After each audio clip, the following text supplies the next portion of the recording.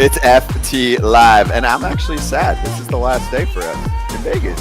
Why, you're looking at me like, why am I sad? We have the show tomorrow, too. I understand that, but Same not people, here. different place. I'm getting really comfortable here. We're at Mandalay Bay. Again, shout out to them for hosting us and the BetMGM fam.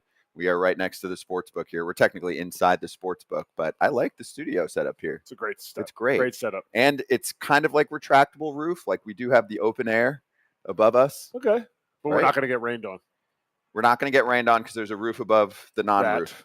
So we're good. We're in a better setup than half the ballparks in Major League Baseball that are owned by super rich people that could have put a retractable roof up but did not. So thank you for that. We've got a good one today. Will Benson is going to join us, Cincinnati Reds outfielder who had a ridiculous season, actually, when you look at what he put together. It needs to be talked about, and we will. Well, especially after the start he got off to, and then he came up. Remember, he hit the big home run against the Dodgers, walked off. Kind of when Ellie hit the scene, him and Ellie kind of hit the scene at the same time. Ellie got all the attention, but actually he had a better year. Will had a way better year. Better year. But he also had more seasoning. You know, minor league seasoning. It matters when you're going up, and he's part of that. He's part of that crew. But is he part of the crew that could bring that stud traded pitcher? Or are they going to trade from somewhere else that they have? I think they'd probably go more minor league action. No, I don't know if you want to mess with the big league roster. Plus, I wouldn't mess with that. I wouldn't either. And also think about Cincinnati too. If you already have a guy who now has established a full season in the bigs where he was a 130 OPS plus, he's going to make pebbles in the big leagues for the next several years. Now? You thought about it, so it matters. No, yes, but my thing is I think the Rays, for example, are going to say, hey, we want to reload with some minor league pitchers. Like I think they're more interested in that. They feel pretty cocky about their big league roster, you know? That's fair. So, but also Brent Suter, also Cal Raleigh. So we're bringing it today. What a crew. Yes, what a freaking crew. All right, ready? Let's charge the damn mound, shall we?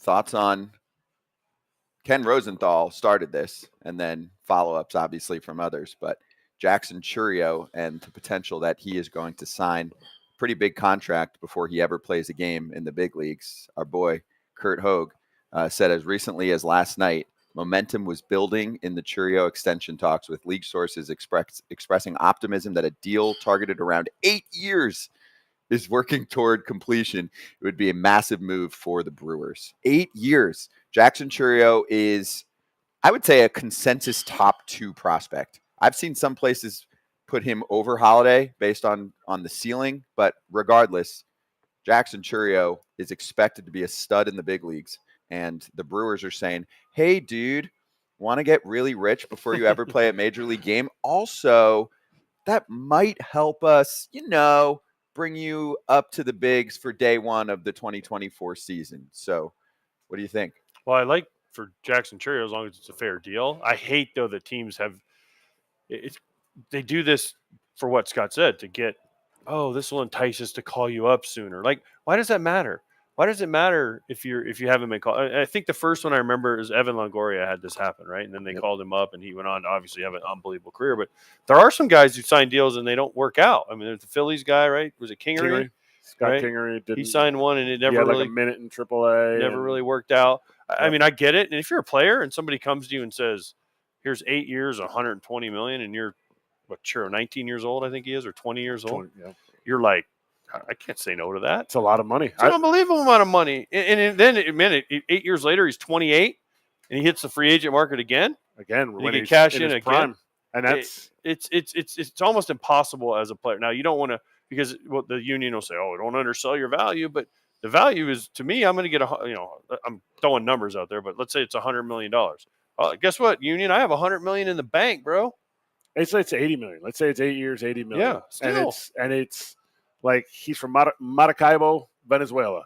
And I'll never forget talking to Salvador Perez about his extension he signed. It was like 5 years, $7 million. The first one he signed. It was low. And he goes, do you know how many B's $7 million is? He said, my family never has to work again in Venezuela. He's like, I signed it. He said, I signed it and I got hurt the next month or whatever. That spring training, he got hurt. He goes, it's the best thing I ever did. So it's all relative on what your situation is. Like if he gets 80 million, he gets 70 million, he gets 90 million. That is life-changing money for everybody, not just a 20-year-old from Maracaibo. And what it also does, which you guys didn't hit on, maybe you don't trade Burns. Maybe you go out and you find No, I think maybe you go out and you find. Maybe you give an opportunity to. Hey, you know what? We're in the market for a starter that's going to get 3 or 4 years. Hey, why am I going to sign here? Well, we're bringing up Jackson Chourio. We have Sal Frelick, who was the second most productive rookie in the National League in the second half when he got called up. We have Bryce Terang, who's going to slide over to shortstop. We might, we still have Willie Adames. We're going to, that kind of thing. Like it's going to entice guys to come because of the longevity of it, almost to the point of like, now Wander, it's not kind of worked out right now, but the Wander thing, it gives guys who are going to sign a 3 or 4 year contract. Oh, well, why would I sign here? Because you're going to get rid of the guy in the next 3 years. You're going to get rid of him during my contract that I'm there. Yeah, but to me, this is we're going to trade Burns, but we're going to sign Chourio kind of deal because this is a long-term thing. Like allocating the money somewhere else? Yes. This isn't saying we're going to win this year because he could come up and not be good and have to go up and down a few times like we've seen with some other guys, right? So this is the long play for the Brewers saying, oh, we've already signed him. So it sends a message to the fans that we're in it for the long haul. Now, this doesn't necessarily mean that, hey, we're going to try and compete and bring in guys this year because once Woodruff went down, that was like, okay, they non-tendered him, right? He was gone. Right, right now you look at them, they're like, okay, if they trade Burns, they can get some pretty good pieces back for Corbin Burns for not only this year. Let's say you trade Corbin Burns and I don't know, you get 4 players. One's probably a major league ready player, and then the other 3 are usually how it works is you get like one major league player has a little bit of time, right? 2 guys that are like AAA, AA, fringy guys that are close, and then you get the one you always throw in like the A ball, low A kid that has all the potential, right? Yeah. And you're like, oh man, let's hope this kid works out. Right. Okay. So there's more pieces and they save the money, but then they can still, I don't know. It's great for Chourio if this comes. It's great for the Brewers because they have a lot. It's like the Braves when they signed Acuna and Albies, right? Oh man, look how great this is. We have these guys. And then they locked up Riley and everyone, obviously all Murphy and everyone down the whole line. Look at Acuna's deal. That's what I'm saying, how great it is. Whew. But that's why you're a team, you approach the guys, and as a player, you take it because you're going to be young and still have a ton of money and still be a free agent. I don't think this has anything to do with Burns. I think they're still going to trade Corbin Burns because I think they can get a huge, huge return for him. Now, who would you rather trade for? I know Dylan Cease has 2 years of control left, and Corbin Burns has 1. But who would you rather have pitching for you? Burns. Okay. I don't even think it's close right there's now. Your answer. It's stuff-wise, Dylan Cease is up there with anyone. But coming off the 2023 seasons for both, and Burns having more of a track record, I would say, even though Cease had the 1 year where he was insane. No, Burns has the trophy on his wall. Yeah. He won it. Also, he actually has not to mention Burns is top whatever every year for years. Like even his like quote bad year now is like, oh man, it was a down year. I only 3.1 ERA, 7th in Cy or 6th in Cy, right? So yeah, I agree with that. But on the other end, it's been a little weird where people have been like, a lot of the insiders that I actually trust have been like, I don't know with Milwaukee, kind of what they're doing. Because think about it. Does what St. Louis did so far scare you? Do you think like, ooh, the big bad Cardinals, here they come?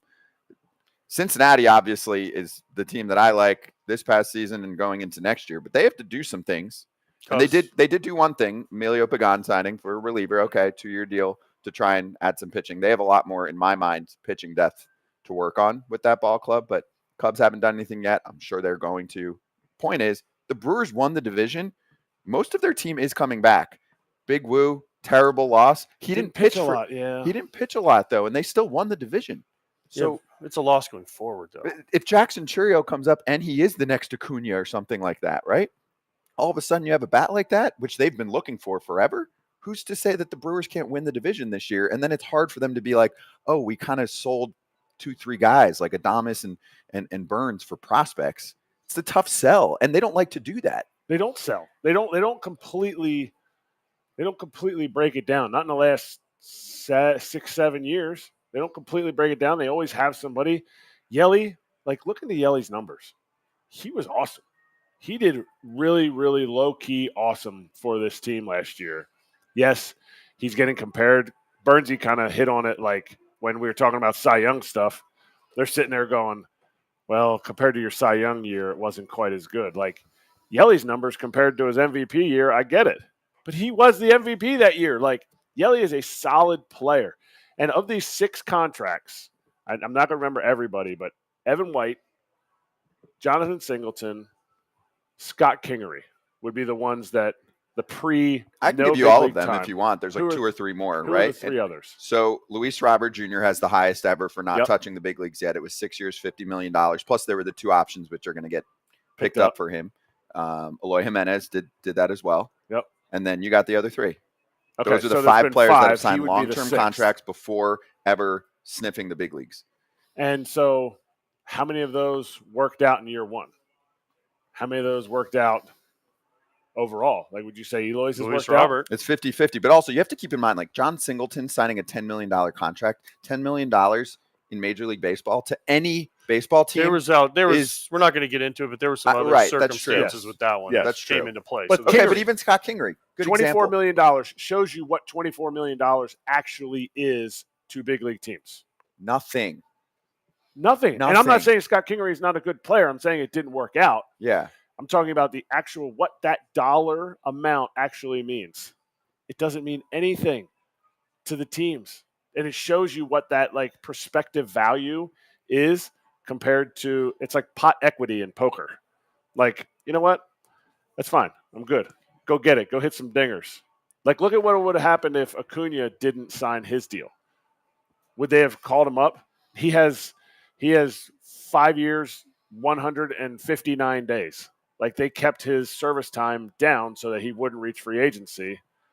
He's got a nice little contract now. Mm-hmm. Just keep in mind too for Chourio, like even making a comp with him and Kingery, for example, even at the time when Kingery was looked at, pretty highly regarded, still 2 different stratospheres Completely in terms different. of ceiling, right? Different worlds. They were like, Kingery's ceiling, maybe I think they said was like a Zobrist or something like that. Jackson Chourio can be Acuna, like in center field. He can be a Gold Glove center fielder, hitting 30 homers a year, hitting over 300. His ceiling is top 3 player in baseball. I know he's 19, but the potential there is so high. It looks like the only thing that would make this contract look bad is if he has a devastating injury situation. Like even if but it's easier for that position player though. I mean, it's hard for a position player. There's not a lot of injuries as a position player, especially as an outfielder, that you can't because let's say God forbid something happens to one of his legs. You can still put him in a corner position, right? And the bat will still play. Sure. So that's why now for a pitcher, you can do things that you can't come back from. Like you blow your shoulder out. Oh man, I can't come back from this. And it's happened a lot of, too many times. Okay. So to me, there's less of a risk when you sign these. That's why you see mostly position players making these deals because the team feels like, hey, if God forbid Jackson Chourio does something and he can't play center anymore, we can stick him in right or we can stick him in left or we can DH him and still get the bat out there. That's why you see position players. You just read off the list. There's no pitchers that are doing this because they don't know what you're going to get. And plus, once you get to the big leagues, a pitcher is just completely different than because it's just the lights, the batters, everything. The stuff plays differently. You just never know with pitchers. So it's not a risk. I mean, yeah, obviously money wise, but it's not a huge risk for the Brewers. It's a great thing for Jackson Chourio and his family. 43 stolen bases too, if you needed to know. Sorry, did I forget a tool? My bad, because he's got them all. He's striking out about 100 times. That's low per game. That's low for 500 per season. That's low. Yeah, 500 that's a low number. That's it per game. Yeah, that would be a record. You only strike out 100 times per game. Per game, that's a record. Yeah. So anyway, we'll keep an eye on that if that becomes an extension for Jackson Chourio. We'll look at our poll question. Giants will sign Ohtani, Yamamoto, both or neither. Watchstadium.com/foul territory. Be right back.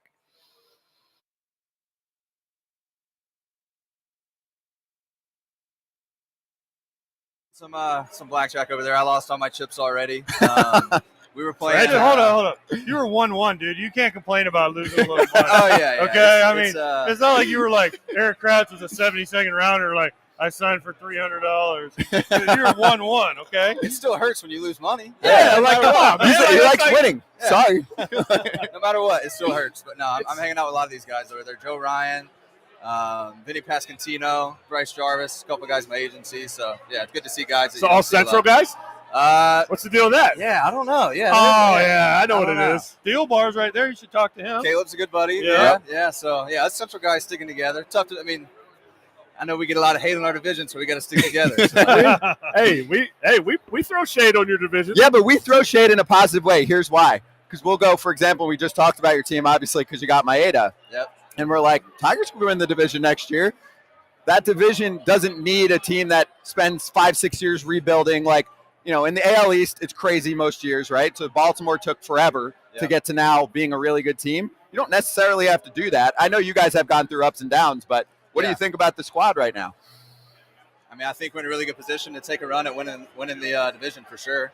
I think we're going to go into the season expecting to do that. Mm-hmm. And we know, the Twins and Cleveland are going to be there, giving us fits for that we're going to expect that. But I feel really good about where we're at. We got obviously young guys who we feel like are coming into their own. Torque and Greeny and Kerry Carpenter, Tarek Skubel's a beast on the mound for us. Like, I think we're in a really good spot to have a really good year. And, the outlook in the next few years is really positive for us.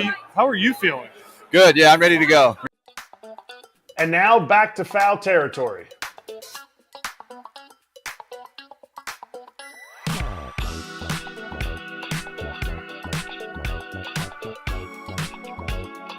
Back at it on Stadium FTLIVE. We're at Mandalay Bay in Vegas, all in person together. Braun, Pierzynski, and Kratz. And Brent Suter is going to join us in about 10 minutes or so. Suter B. Let's get to the San Francisco Giants' pursuit of the big boys, okay? So we'll show this little report here. Hot corner time. NBC San Francisco putting this one out there. The Giants reportedly are devoting their, quote, whole heart and finances to landing Shohei Ohtani or Yoshi Yamamoto. Did you feel that? Prove it. Their whole heart. Prove it. Their whole heart. No, forget the heart. Just give them money. It's not just my money, but forget the heart. Let's get the money out there. Say their whole wallet. And by the way, Ohtani, Yamamoto, you have my heart. By the way, why would they not sign both? Why don't they try to sign both? They got money. I think they would if they could. I left my heart. I'm saying, I think Francisco. I think no team out there needs a star more than the San Francisco Giants. No team this offseason needs to sign one of these guys more than the San Francisco Giants do. Mm-hmm. Not only for their team dynamic, but for their fans. Their fans are just clamoring out there for, we need a star. Buster Posey kind of left. Before that, they had Barry Bonds, obviously. And then they went to Posey, and Posey led them to 3 World Series. And now it's kind of a new age. They just fired their manager, right? So they have a new manager. And the best way to get the fans behind the new guy is bring in a star. Now to me, a starting pitcher is great, okay? But you need a star on the field every single day that can come out, and people go to the Giants games and they say, I'm going to go watch Shohei Ohtani DH today. They already do. They already come out to watch. Yeah, you look, their attendance is no, it started to dip a little. It started to go down because the product's not fun either. Yes. Does Bob Melvin need a star? Yes. The Giants need a star. Yeah. Does Bob Melvin need a star? Bob Melvin is a really good manager. But Bob Melvin who didn't manage well this year. Whether or not it's not about Bob Melvin. Do the Giants need a star? Yes, the Giants need a star. Giants need a star. For They're what? A huge market team. Or everything. Both. All of the above. Both. The product that they put on the field last year was competitive, but it was bland. Everyone said that. And watch Giants games. I mean, obviously you can't watch every game if we're covering all 30, but I watched at least portions of a third of their games. That the product they were putting on the field was so blah. Yeah, but when the Giants were winning, it was blah. It was fastballs down and away. It wasn't blah. They had Kane, they had Lincecum, they had Posey, Tell me how many Brandon games- Crawford, Brandon Belt, Pablo Sandoval, Bumgarner, Pablo names. Sandoval.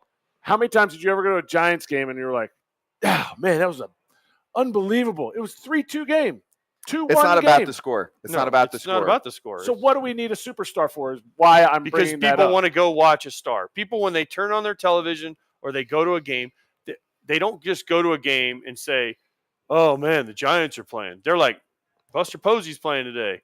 Shohei Ohtani's going to be there today." Why do you think when Shohei Ohtani goes on the road, ticket sales go through the roof? It ain't because the Pirates are any good. It's because they want to see Shohei Ohtani.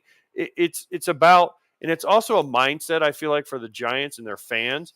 They want to know that their team is not going to go back to what they had when Gabe Kapler was there. And this is not a dig on Gabe. This is what he was given by Farhad, where they're platooning every guy and they're taking in the third inning, they're pinch hitting for guys, right? I mean, it's you want, because what's happening now is we had the shift to the heavy analytics, which I get. But now if you look at the teams that are winning now, they have the same guys that play every day. The Braves, the Phillies, right? These teams that are the Dodgers. I mean, I know they do it a little bit more, but still it's Betts, Freeman, Muncy, JD Martinez, Will Smith, right? It's pretty much consistency in the lineup. And that's what it has to go back to. And then for the Giants, every time you turn on a game, what are they, 150 lineups last year out of 162 games or some crazy number? The Rays are going to go against what you're saying because they're like, but every year you got to get used the to Rays all the name tags. The Rays are a different tax bracket. I agree. The Rays and also, have the Giants should not aspire to be like the Rays. Most teams should not aspire to be like the Rays. They should be the Dodgers, the Mets, the Yankees, because they have the money. Because also, for as competitive as the Rays have been for the last, 6-7 years, and I know it goes deeper than this, but is their product great? Is it sexy? Are people rallying around it? No. But this is why I said this, and you proved my point from the other day. You're just trying to spark I'm just letting you answer the thing that you thought I was asinine for saying the other day. They don't just need Shohei.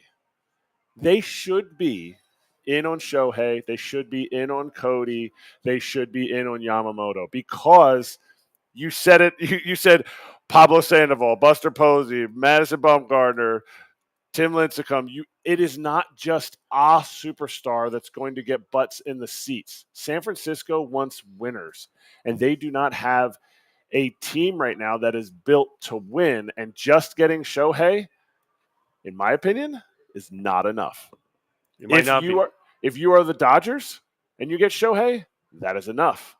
If you are the Cubs and you get Shohei, it might be enough because you have an Ian Happ. You have Nico Horner. You have pieces that are there. The Giants need more than Shohei. Okay, so what's your answer? Because the poll's up right now. I voted for Yamamoto. I think Ohtani, they're going to offer him the bag, and I think Ohtani's just going to be like, I don't want to play there for a variety of reasons, including the ballpark. I think that'll matter to him. And I mean the ballpark in terms of how it can taper down your home run totals. But I think Yamamoto would be interested, and I think they'll say, all right, screw it. We didn't get Ohtani. Now we're going to offer $20 million, $30 million more than anyone else on Yamamoto. We're getting one of these dudes. So I voted Yamamoto. My thing is the list of people we rattled off for the Giants, right? They're all homegrown. They were all homegrown. Kane, Lincecum, Bumgarner, Sandoval, Belt, Crawford, Posey. Those are all developed and drafted by the Giants. Excuse me. What can the Giants do to supplement? Because what these guys do, the stars, when they're free agents, they come in most of the time and they put a team over the top, right? The difference in the Giants and what most other teams like the Dodgers or the Cubs, like what you're saying, Eric, is he gives them credibility.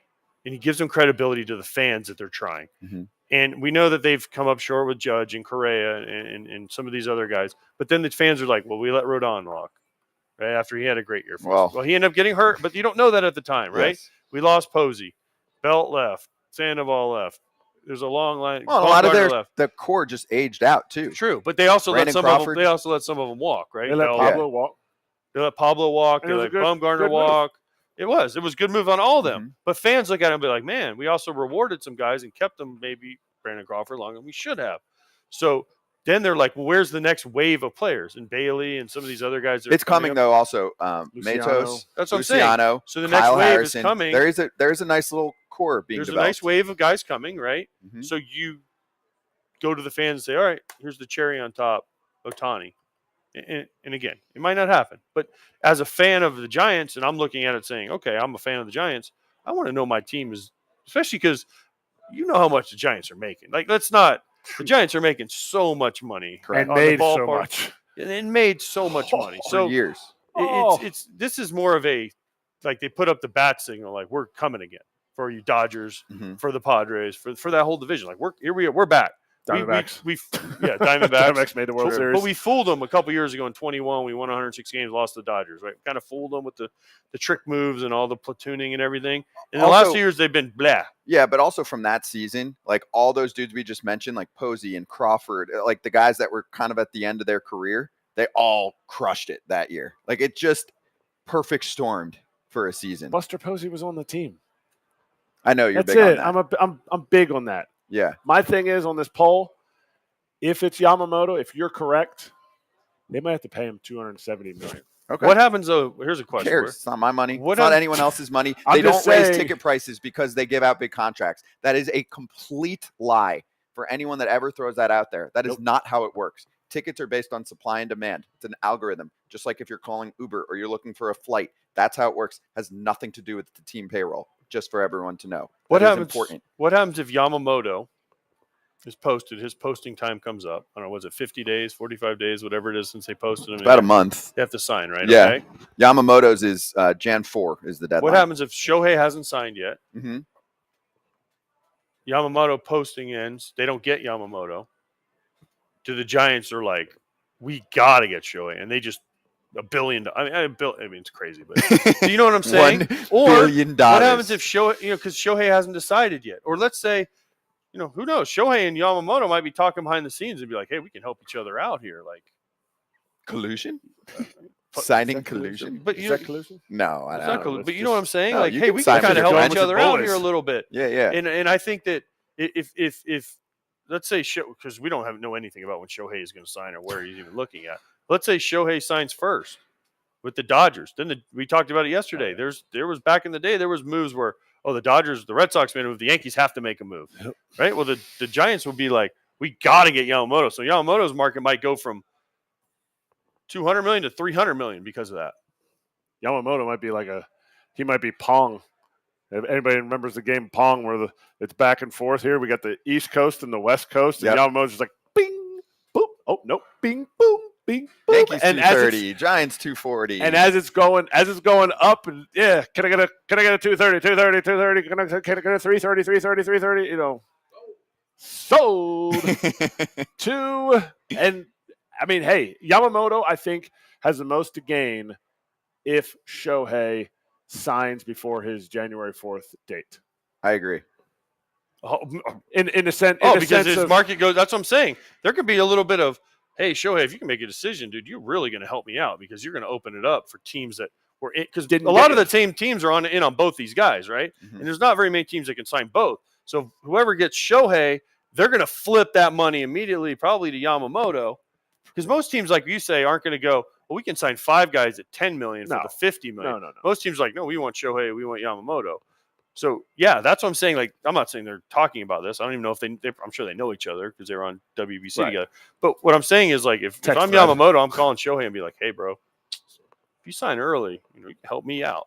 Like, it might give Shohei more dollars if Yamamoto signs and then somebody turns and is like, we have to give a little extra to Shohei. But percentage-wise, Yamamoto could make 20% more if Shohei signs, just drop in a team. Yankees are going after, or the Giants are going after Shohei, and they don't get him because the Cubs get him, and they're like, all right, Yamamoto, and Yamamoto's like, by the way, the last 2 weeks while you were pursuing Shohei, my price just went up $30 million. They're like, we got to get it. Oh, I lied. It went up $40 million. Okay, we got it. Like the Dodgers too, because I mean, Andrew Friedman is definitely drooling over a pitcher who has Cy Young potential that's 25 years old hitting the market. They So changed their if, market. If the Dodgers, I think if they get Ohtani, it's different. I think they pump the brakes a little bit on a look like that. But if not, the Dodgers also are looking to make a massive splash. And there's not a ton of splashing to do. So they also could make trades because they do have a lot in their cupboard where they can trade for a glass now. Some of those names that we've put out there. And the Dodgers need to fill roles in their. I could see them go Shohei to a Jordan Montgomery. If they feel like Montgomery's peripherals and what he can do, what they see he can do, I think that could be. I think huge. Monty's a good fit for the Giants. I don't know if he'll go there, but I think Monty's a good fit for a lot of teams. Yeah, he's a good fit for a lot of teams. But I think his level might not. They might not go Shohei Yamamoto. They might go Shohei Monty. Which okay, fine. Like 180 million instead of 250 million. Like we'll get to Soto later. We'll get to your questions later. Brent Suter coming very soon into the studio. Be right back on FTLIVE. Suter B. Vegas.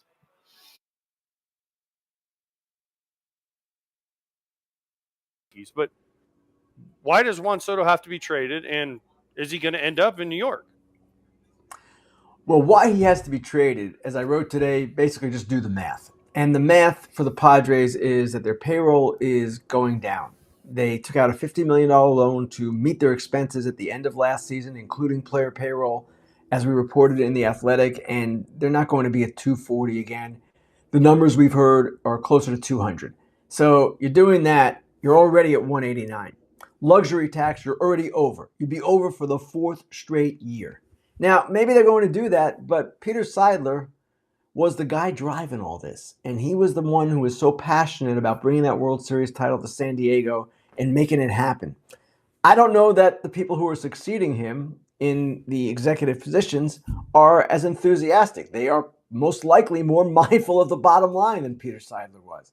So from that perspective alone, keeping Soto at $33 million or whatever it's going to be in arbitration doesn't make a whole lot of sense, especially when it's unlikely, extremely unlikely, you're going to re-sign him. He's already turned down $440 million. You've got Tatis, Bogarts, Machado on the books, as well as Darvish for huge money. There has to be a limit, I am sure, even for the Padres. The other element to this, and this is as important an element as the financial part of it to me, their pitching is in shambles. And it's in shambles because they've had so many free agent defections. I'm talking not just about Snell, but about Waka, Lugo, Nick Martinez, and in the bullpen, Luis Garcia, and, oh yes, the closer, Josh Hader. I added it up last night. It's like 700 innings combined. You've got to get pitching. Who is the one player on your roster who can get you some level of pitching? It's Juan Soto, and then you take the money you save by not paying him, and you spend it on some other pitching as well. That, to me, is the obvious choice for them. I'm not saying it's certain to happen, but the way I phrased it in my story, it's almost certain he will be traded. I strongly believe that. And now, back to Foul Territory.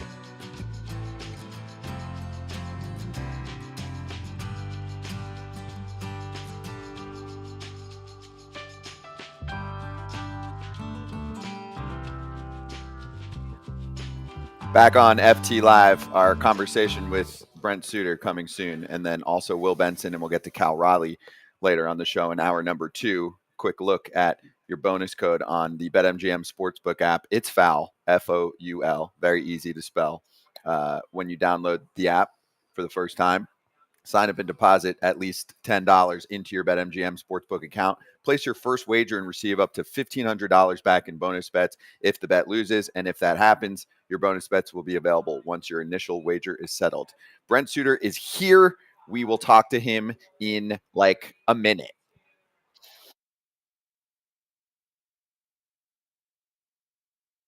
It's so hard, though, in these meetings because you forget people and there's so many people that help you during a year, and then you feel terrible. And I've said in these meetings get heated because there are people that are like, oh, let's give Scott Braun a full share. And then there's somebody else like, what the fuck did Scott Braun, what did he do? And then you get players arguing over who should get what, and you can give cash grants, you can give half shares, you can give quarter shares, you can give eighth of a share, you can give $500, you can give, it gets It's one of the best worst meetings as a player when you get like, all right, we're gonna have a shares meeting when you know you're in the playoffs, and everyone's like, oh no, because it always leads to some infighting, and then you forget somebody. And these meetings happen when? Before the playoffs. They happen right 2 to 3 days before the season ends. Yeah, I mean, unless you're a team that like you have like a 10, like you're the Braves this year, like okay, we're making the playoffs, guys. Yeah. Because all the teams that make the playoffs get a share. It just slowly goes down. It's not just the World Series team. I've seen so many sides of it, and the whole time you're talking, I'm like, oh man, I remember when this. Oh man, and then that happened. Oh shoot, I can't. Like, we had a guy one time, and I'm really going to be vague, so I don't put the team out there because, like this tweet said, it is life-changing money. It was life-changing money for me because every year I'm on the minimum contract, maybe a little bit extra, later on in my career. You make the playoffs. This is 6 figures for a month of playing. Now, guys who are making $10, $12, $15 million a year, they're like, it's not that much, but it's some cool chump change that I'm going to buy a Lamborghini with if we win, like stuff like that. So it is life-changing money. And seeing people react, seeing people come up to us in spring training, seeing people text videos like saying thank you so much for voting me a share. I had no idea you guys were going to vote me a half a share. I just got $100,000 for, I know you guys lost the World Series. I wanted to win the World Series bad, but they just got $100,000. That's life-changing money. And now, back to foul territory.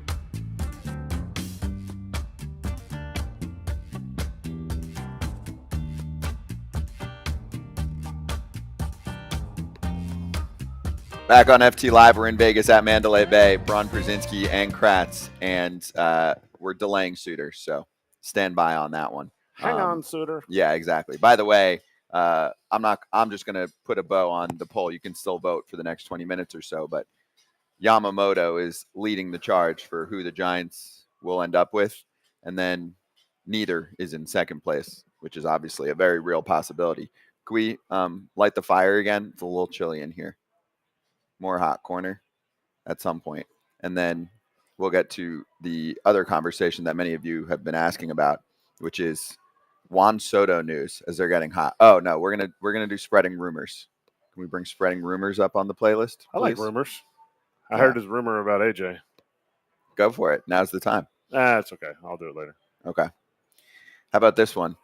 Talks between the Yankees and the Padres on a possible Soto trade have progressed to the point of exchanging names, per Andy Martino. Padres are said to be early in the process of figuring out what to do with Soto. So I actually have a question about this exact tweet that comes from the SNY Yankees Twitter account. If they're exchanging names and the Padres are figuring out what to do, didn't you already figure out what you're doing? If you're exchanging names, you're likely trading him? No. Padres are trading him. Right. So then what does it mean when they say they're in the process of figuring out what to do? What does that mean? They give you tears. I'm going to go on that second sentence. I'm going to go to our buddy Ken Rosenthal, who told us yesterday and wrote this in his notes column. It's not a matter of if, it's a matter of when. So we have progressed, in my mind, when I see something like that, to the point of where's he going? What does it take to land him? How big of a haul would this be for a team to bring in someone like Juan Soto during a time when there aren't many premier position players in general available this offseason for just cash? Bellinger, Soto, Yamamoto to the Yankees. It's not happening, though. Let's do it. You got a lot of shit for it. I don't care. You know why? Because I'm right. That's why. You're right in terms of what they should do, but that's not happening. I'm waiting for somebody to tell me why. Because of the luxury tax, Yankees have more money than anybody. Because they don't want to do it. They don't think they're going to fit those left-handed bats in New York. They're not going to spend money. They're not. So say the guys again, because I want to put price tags on them. Gold glove defender in center field. And he's going to get what, 30 a year? Maybe. Okay, so that's 30. Okay. Next. Yamamoto's how much a year? 20, 25. Okay, fine. So now we're at 60. Okay. And then Yamamoto Soto, probably you more know like what he's getting? You 32. got 1 year of Soto. Go for it. which is 30 plus. It's almost 35. So Okay. we're almost at 100 35, 37. added for next Tell year. me why. Again. I just don't Why think they they ball can't- like that anymore. Why they can't do 90 million? Or 100. why they won't do it? Why they can't. I know why they won't, because they don't want to spend the money, but tell me why they can't do it. Because you got to allocate your funds in certain ways. You can't just go, because now you're talking about paying, just like Ken said yesterday, you're essentially paying, if whoever the last person of that deal is, if Bellinger's the last guy that you sign, you've already signed Yamamoto, you already traded for Soto. Bellinger's contract, if it's $200 million, is technically $400 million. And that's Again, tell me why. They just that's- reset. Remember, they just reset. The Yankees, we got to reset the luxury tax. They just You want to know the real reason why? because they're cheap? It's not even because they're cheap. It not would 'cause be they're hard to cheap. call them cheap, but here, No. Okay, they're not the old Yankees. whatever your profit margin is, but not the right? same I don't have rules. their books. Whatever their profit margin is, there are people that want to get checks that are involved. So they're not going to go past a certain point anymore. The ridiculousness point is just not going to be there. All right, so let's get to the portion of what is a conversation like between those two teams. Our Yank specialist behind the scenes is popping off right now, Derek. He said Padres need controllable pitching. What about Mike King, Clark Schmidt, plus prospects? Which, in my mind, it would still have to be upper echelon prospects. Okay, well, let's start with this. Who's going to play third base for the Yankees next year? Who's going to play third base? Who's their third baseman? Who's their third baseman? I got no idea. Who's their Peraza? Trevino and Wells, the catchers? Maybe. Why am I going to hit Higgy? That's why I'm asking. Dominguez is when's he coming back? You have Judge. You have Rizzo coming back. You have Gleyber Torres. You have Volpe at short. You have Stanton at DH. Gleyber Torres on a free agent year. That's a huge value. Do you see that, by the way? Because people always do this with how young Soto is. He's younger than Josh Young. And he's young. Juan Soto's been in the league for 2 decades, and he is younger than the Rookie of the Year favorite up until, or at least candidacy with Gunnar Henderson. Until he got hurt. Up until he got hurt. And then still, did he finish top 3, Young, or no? Yeah, I don't remember. Whatever it was is. in He the was one of the finals, top wasn't he? rookies in the sport. It's crazy. Okay, but so what are you getting at? Are you getting at the fact that the lineups needs more than just Juan Soto?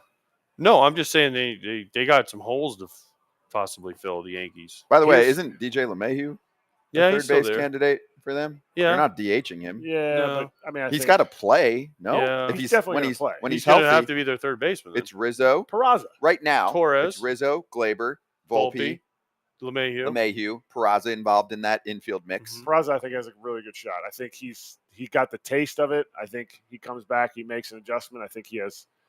Then he you has have big ability. Higashioka and Trevino.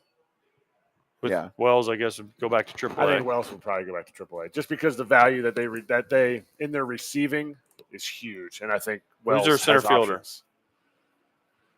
Kevin Kiermaier or Cody Bellinger. If you're a Yankee fan, you want Cody Bellinger. I understand, but I'm Here's- saying if they get Soto, I think they go for someone like Kiermaier. I just keep bringing that name up. It's an example of someone that That's fair. can freaking play the position well, and they You'll feel get like it. they got the bat in the Who outfield. plays Not left? to Who's mention playing left. Juan Soto is not a good defender. Put him in left field. I understand, but I'm saying if you get him and they don't get Bellinger, you are locking down center field tight. No?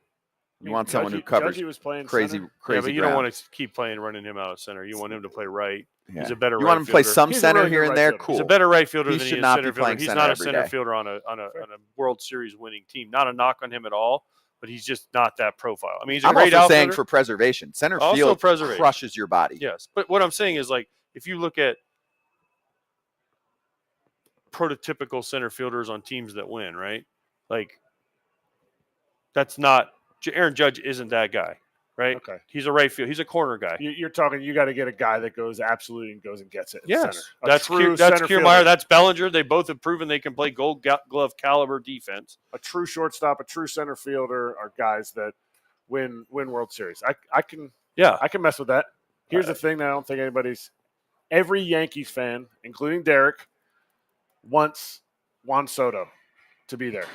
You do not trade for Juan Soto without locking him into $420 Yeah, million. you have to extend Nope, him. not happening. You just said 420. I'm insulted if I'm his agent, and you just said that. Because he's already gotten it? I got a And he already turned 440 it down? offer. Screw you. I'm going to free agency. I have 1 year left.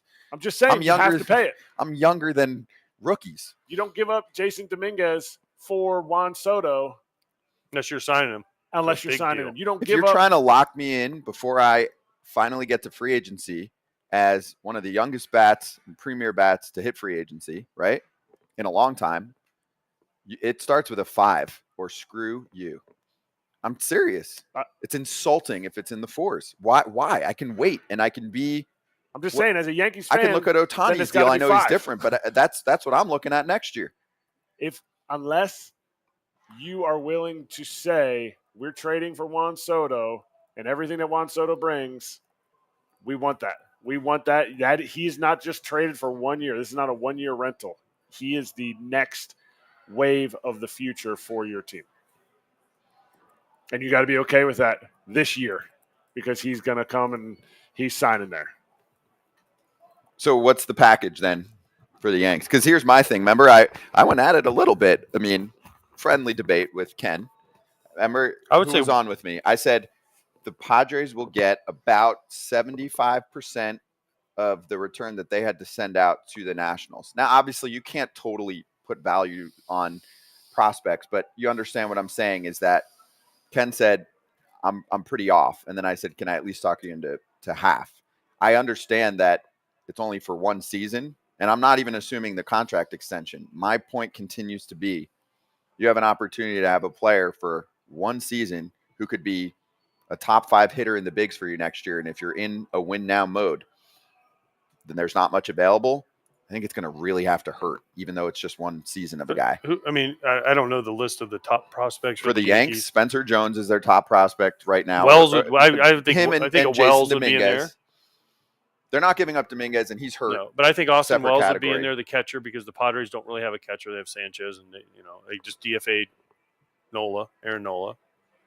So I think Wells would have to be in there. There'd have to be some pitchers, definitely some, because the Padres need pitching. Right, they have Snell, Martinez, Hader. Yankees have pitching. Chase Hampton and Drew Thorpe are two of their top guys. The question is, do the Padres want big league ready players, or do they want like we talked about earlier? Both. Right? We talked about earlier the trades. How the trade, you usually get one guy. Now Soto's a different animal because he's a bigger. You get more people for him. But you usually get like a big league ready guy, 2 guys that are AAA borderline guys, and then you get the A-ball guy that's okay. Hopefully he turns into Jackson. I don't think you get 4. Ready. Here, let's try and work out a deal. You don't? Clark Schmidt, that's your big league guy who can go right into your rotation next year, has upside. Doesn't hurt the Yankees that much if you lose them. Mm-hmm. I need a minor league pitcher, so I'm either getting Chase Hampton or Drew Thorpe, and they're in a similar realm in terms of how they're regarded, similar age, okay? And Austin Wells. Do those 3 get it done? Yes. And also keep in mind, does that beat any other deal that you think would be out there? Now compare it to what they gave up to the Nationals. It's actually pretty close. Those are some good names. That's 2 big league guys. Padres have to say Austin Wells is going to step in and be a guy for us right away. And I don't know that he showed that in his little bit of time in the big leagues, but I honestly believe that's part of the reason they called him up in September was to be like, showcase him. You were a AAA guy. You did what you did in AAA. You did what you did in AA. We have a lot of catching. Now you become that big league guy that AJ's talking about. You have I think 3 gets it done. I think Clark Schmidt's value to a team like the Padres, who doesn't have any pitching, he steps right in. I think Austin Wells is that fringe guy that may or may not step in. I see the Padres possibly getting like a Tom Murphy to go with Gary Sanchez, guy that's got a lot of big league time, but has had some success, hasn't stayed healthy. They could get a guy like that to fill that gap. And then you have that prospect. I think the Padres want Drew Thorpe. I don't think the Yankees can get rid of, because you saw what happened with the rotation last year. It was Garrett Cole and a lot of guys that they wanted to stay healthy and didn't quite stay healthy. They could never need anybody from AAA this year, but how often does that actually happen? Never.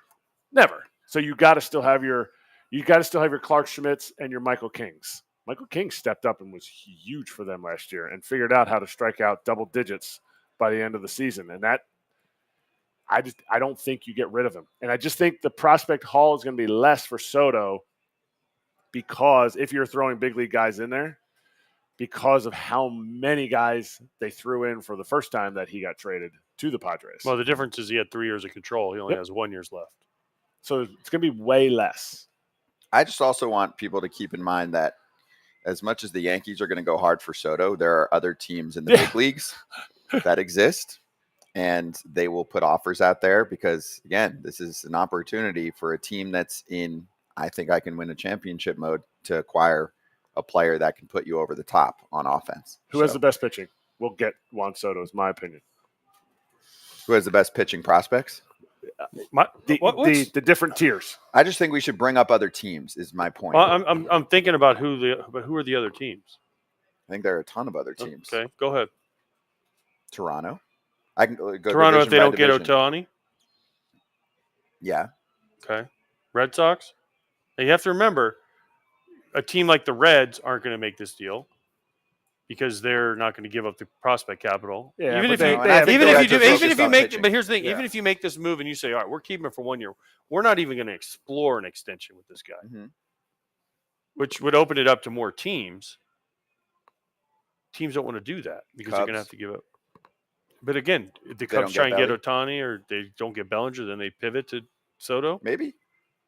And then if you're Chicago, they can afford him long term. You bring him in here. Yes. Unless you're putting a 5 in front of him, I don't think he's signed an extension right now. But so he's worth as much as Ohtani. And say, hey, do you like this? Oh yeah. Juan Soto. So Juan Soto's worth as much as Shohei Ohtani. $500 million. What's the number? You said 5. Starts with a 5. Isn't that what everyone's projecting for Shohei Ohtani? 10, 500? 525. So you're telling me yeah. But I'm just saying the number that's been bantered about is $500 million. Yeah, Juan Soto's you're goal saying is $500 Juan Soto million. He turned down $440 million. That's his own fault. He didn't want to be there. It's his that own doesn't fault. make his contract go higher. It does. Right now, if he had to take something lower than what he turned down, he won't do it. I'm telling you, he's not doing it. All right, fair in an extension, but doesn't mean he's going to get $500 million in. Hey, he wins the MVP this year. I still don't think he's going to get $500 million. He's going to get around.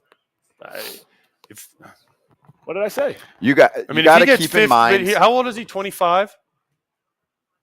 I believe so. He's 25. So if you get 26 next year, he's going to get a 12-year, one of those 12, 13-year to lower the AAV. Yeah, for $500 million. Oh man, if he touches 500, dude, I'm telling you. I'm just saying bad. Sell pricing short. It always happens. It's happening again right now. Yamamoto, even just a month ago, Yamamoto, Jordan Montgomery, all these names we're talking about, the prognosticators had lower pricing next to what they were going to get. People usually miss. Out? I don't know. The fact that he turned down 440 show, people turned down 440 a while ago. You might be watching or listening to a show that is so far off for a reason. I don't know. Listen. I hope he gets 500. It's just something about an owner, not for Shohei Ohtani, saying I'm going to write a check for $500 million. It's.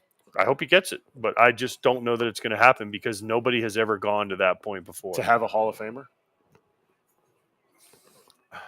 Juan Soto is. He is. He's on track to be a Hall of Famer. But who says the Diamondbacks don't trade for him and say, "Hey, we felt like we were close"? That's what I'm saying. For 1 year, we get Juan Soto and we get a pitcher, and we think like our window's now. We're not going to re-sign him, but we have Juan Soto for a year to add to our offense. Diamondbacks won't do it though because Mike Hazen's going to say, "Well, the next 5 years we're going to be awful because we might not win it this year. We're going to have to reload." Nah, you're not going to. But you're not. They have enough there. They've got a pretty. I agree. I think if players. I'm just because saying. He's only up for 1 year, I think it opens it up to more teams that. But most teams now value prospects to a point where they're scared to give them away for 1 year of control. That's why he got so much when he had 3 years. That's why Dylan Cease, when he has 2 years of control left, is a more valuable guy than a lot of other people because he's controllable salary for 2 more years. So you're willing to give up more because you're like, oh, we can get Dylan Cease for 2 years. And if he likes it here, then we sign him to the extension. Yeah.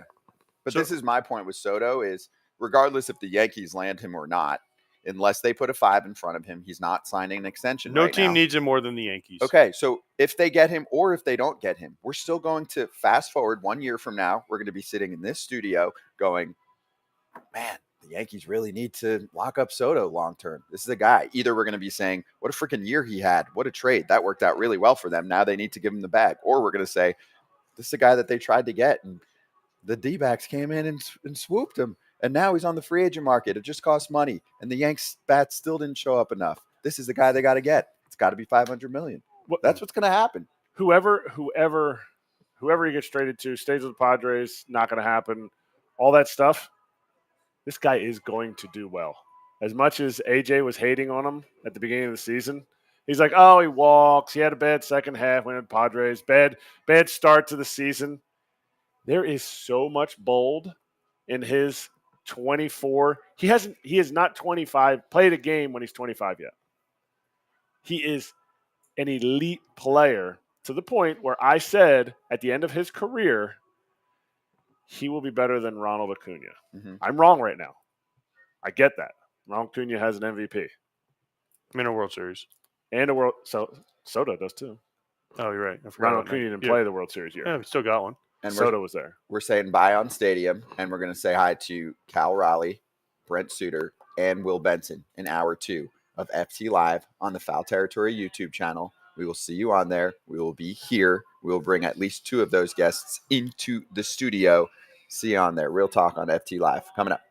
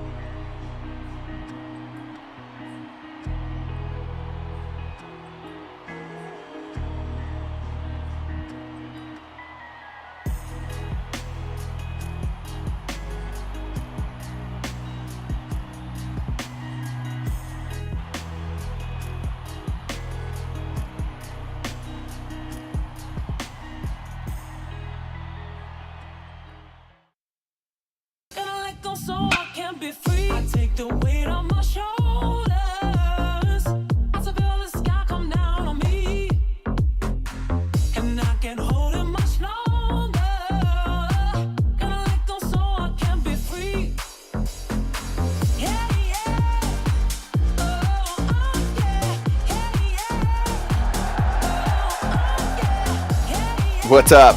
FT Live on Foul Territory's YouTube channel for another hour of fun from Vegas at Mandalay Bay. We're in the BetMGM Sportsbook. Braun, Kratz, and Pierzynski about to talk to some friends. Cal Raleigh of the Seattle Mariners is going to join us soon from wherever the heck he is. And then we have 2 humans that will be sitting next to us at different times. Brent Suter, followed by Will Benson. So while we have a moment, let's go back to that athletic survey, which had almost 14,000 fans weighing in on poll questions. And for which team will sign Shohei Ohtani this offseason, who do you think received more than half of the vote? The Dodgers. Yeah. Who do you think got second place?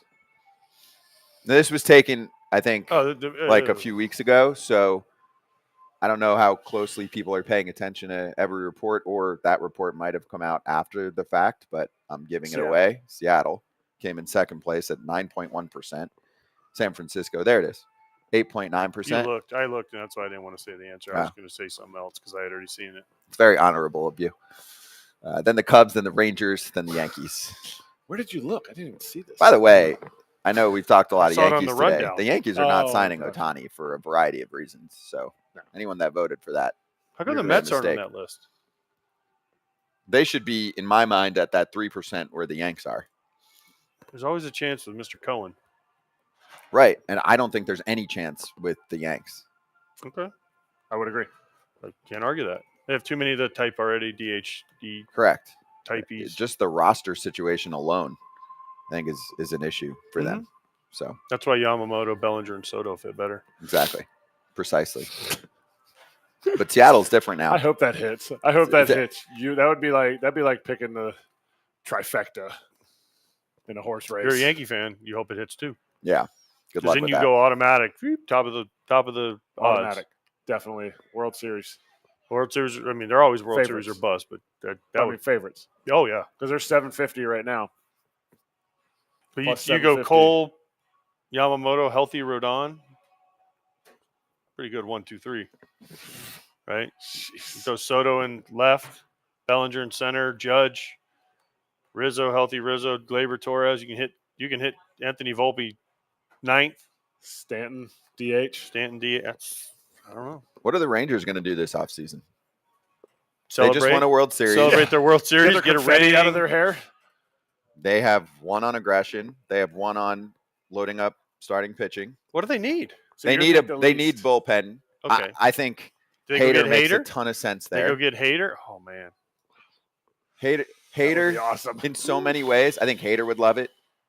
I think He would love it Hader down would in love Texas. pitching there. Absolutely. Yeah. Absolutely. Hader will love it anywhere. He'll find Not the positive. anywhere. He's not going to Oakland. I just want to. I think Clown, here's clown down a comment, notch. bro.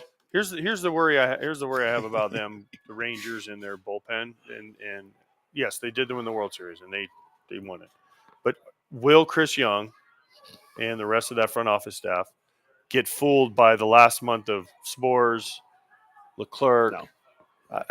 That's the worry you have, that they're going to be like, oh, Leclerc figured it out. He closed out every postseason game for the whole postseason, right? Spores he was not very good in the regular season. Oh, the postseason he stepped it up. That's kind of the worry is, will they be fooled by that and not go get what everyone said they needed before the postseason and everyone still says they need, which is a legitimate Closer. proven closer. Yeah. That's I don't why, think they'll be fooled. That's Okay. why a GM. That's why a GM who played is not going to forget. He's loving it. He's gonna be looking at that ring. Man, look at that thing. That is look at my ring. He's also gonna know how much Spores turned into his Daniel Hudson for the Nationals in the end. Like, he's not going to just make haphazard decisions because they did awesome in October. It doesn't mean he's going to DFA Spores. It means we knew what we have. This is a growth moment for him, and it's okay to go get Hader. I'm sure they were in on Pagan. I think they saw what he did in the bullpen, the changes he made with the Reds, and I mean with the Twins going to the Reds. I think they're top for Hader. He was actually where I put Hader down. But I think Shohei on this list, there should be more than 4.5% for the Rangers. I think he has a better chance of going there than he has going to the Giants. Yeah. So you not put, better than the Dodgers, but so what would rank your list. Rank what your would the list. Rangers payroll be? Who cares? I love how you just pick and choose which team cares about the payroll after I just said, why do the Yankees care? Well, payroll. He didn't care. I said that. I mean, you can't pick and choose. So just Me? certain teams Do I ever care. pick? Do I ever care about payroll? I cared about it. Yeah, I don't care about payroll. What's You're my- confusing. my- You're confusing. Mine is Crap. Dodgers. Mine is Dodgers. We do look alike. Mine Yeah. is Dodgers, far and above favorite. I think after that, I think the Mariners and the Rangers should be in there. No. But what do you think is the actual? Because the Mariners are out. The Mariners are out. I'm saying what the actual is, like who has the best chances? Yeah, like what is? I think it goes Dodgers, Rangers, Cubs. No Giants. I don't think the Giants. The Okay. Giants are going to have to offer him everything. I just don't think they can do it. I'm not saying you asked me what do I think could happen. I think if you're asking me who wants them the most, I think I go Giants first, Giants second, Dodgers third, Giants fourth. Like they want them the most. I just don't think it's going to happen. Yeah. What's your list? Top 3 of actual where you think? I think Dodgers are just heavy favorites because they'll spend. They have the market. Yeah. And they manipulated And they the roster win. last year for it. They win. I think the Rangers on a shorter term deal makes more sense than a long term deal. I know. I'm just saying. Hang up. Okay. Oh, If they go Giants 3 again? years. Nez If they go 3 Bolello years. just went. What That's if they Ohtani's go agent. 3 years, $210 million? Yeah, for my opt out, great. Okay. Giants need him more than anybody for optics and everything else. So I think it's Dodgers, like this poll says, but I don't know. But who's 2 and 3? I just said Rangers and Giants. Okay. For me, I don't. The Mets could get sneaky. They're not going to do it. And then it's amazing to me that a player that's widely considered the best player in baseball, we're limiting to like 4 teams because of the way the salary structure works. Like that to me is a former player and as someone that loves baseball. Like you would want these negotiations to be 30 teams wide. Yeah. I think it's more than 3, but I understand what you're saying. Well, the Mariners said they're out. Yeah. You've said the Yankees are out. Yeah. The Mets, we don't think. Red Sox. No, the Mets could be. What about in the there. Red Sox? Yeah. All right. Well, we got our guest, and he is actually on the Seattle Mariners, and he is making his FTLIVE debut. Cal Raleigh, big dumper. What's going on, Cal? Happy off season, man. How you doing? I'm doing great. How you guys doing? Good. All good. So, are you locked in, like the level of what we're talking about, where you're following free agency and everything going on? Do you look at whatever social media and say, all right, what are we doing? I kind of just I see the guys who sign, and I don't really try to keep up with who's signing where, kind of trying to predict it, and it usually never goes the way you think it will. So I just kind of hear about it from whatever's on Instagram or whatever people send me, and that's kind of my reaction. So. If the Mariners make a big acquisition, which I hope they do at some point this offseason, though, and you see it, will you do like one of these? Like, let's go, baby. Yeah, it'd be great. Anytime you get a big player, somebody that's going to help your team, or a veteran or whatever it may be, anytime you get somebody like that, it's always a great reaction. And unless you're trading away, some close friends, and then it's kind of a bittersweet moment. So you just lost one. Eugenio Suarez goes to the Diamondbacks. What did he mean to the team, and how sad are you to see him go? Yeah, Gino was, kind of the heart and soul of that, clubhouse. He was a great guy. Obviously, he was one of a, fan favorite for sure. And, just a great player, just a great person, always happy, always has a smile on your face. I know he helped me out a bunch in the 2 years that he was there. And, we're sad to see him go, obviously, but it's a business at the end of the day. And, I think he'll do great in Arizona. Definitely a better hitter's park over there. So I expect him to have a great year this upcoming year. And, people don't really talk about his, defense. He was unbelievable over at third this year. And I don't know how he was in the Gold Glove category, but he was unbelievable, making great plays all year. What does the heart and soul mean? Is this dude coming in? Is he doing everybody's hair? Is he coming in like hugs every day? Like, explain what that means to the lay fan out there. Yeah, I mean, he's connected throughout the whole locker room. He's always, like I said, always has a smile on his face, always bringing, his vibe, or his kind of mantra was good vibes only. So he was always bringing really good, energy to the clubhouse. Just a great guy to be around. Always up. Even when sometimes how a clubhouse can get down. Get on losing streaks. He's always positive. Always talking to pitchers, talking to hitters. Just a good guy to have in your clubhouse. Veteran guy that's been there, done that, and we're gonna miss him for sure. Okay. So someone that would look great in the Mariners clubhouse, Mariners uniform, could be the heart and soul, would be Shohei Ohtani, the Mariners.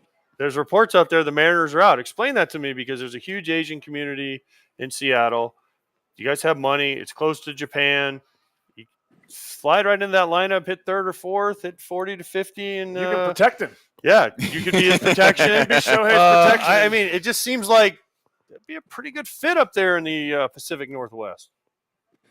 Yeah, I mean, he's it's Shohei. You know, it kind of speaks for himself how good he is. He's unbelievable. Never seen anything, quite like him. But at the end of the day, I don't get to make the decisions.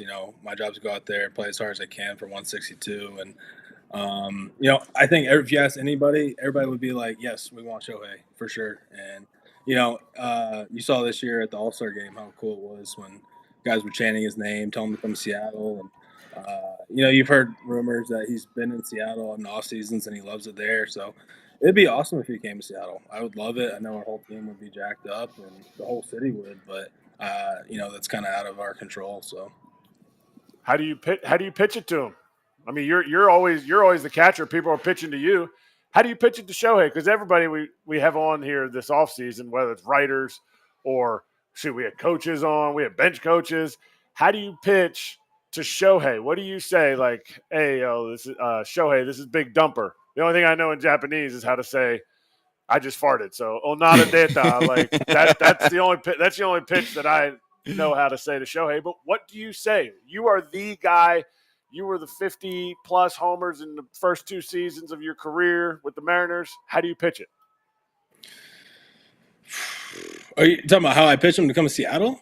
Yeah. He's on the phone. He's like, no, not how you pitch to him to get him out. When I'm behind the plate. No, you're on the phone with him, Cal, right? I'll give you a little helper, okay? Dude, I know you're not pitching this year. Seen our pitching staff? It's pretty fire. And then next year, if we need to do a 6-man, we are capable for you. Yeah, I mean, I don't even know, how I'd probably try to sell the city. The city's amazing up there in Seattle. And, like I said, I think he spent time there in the off seasons from what I've kind of read and gathered. And I think that'd be the number one thing because, you see a lot of people, choose, a lifestyle. When you get to what he's going to make, I mean, at that point, does it really matter how much extra millions you're making? So, you want to be somewhere where you're comfortable. You want to be somewhere where the fans are going to love you. You're going to like the fans as well. You want to have a place where you and your family can stay and be comfortable. And I think that'd be the number one sales pitch for sure. Do you take him out to eat at a place? And what's the place that you take him out to when he comes to Seattle?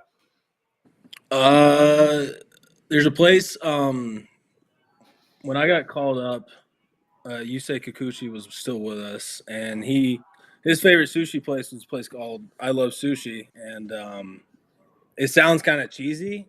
That sounds like a bad sushi spot, but it's unbelievable. It's on the water in Bellevue, and all of they have every baseball player that comes in there with the Mariners gets their picture up on the wall, and I take them there. It's unbelievable sushi.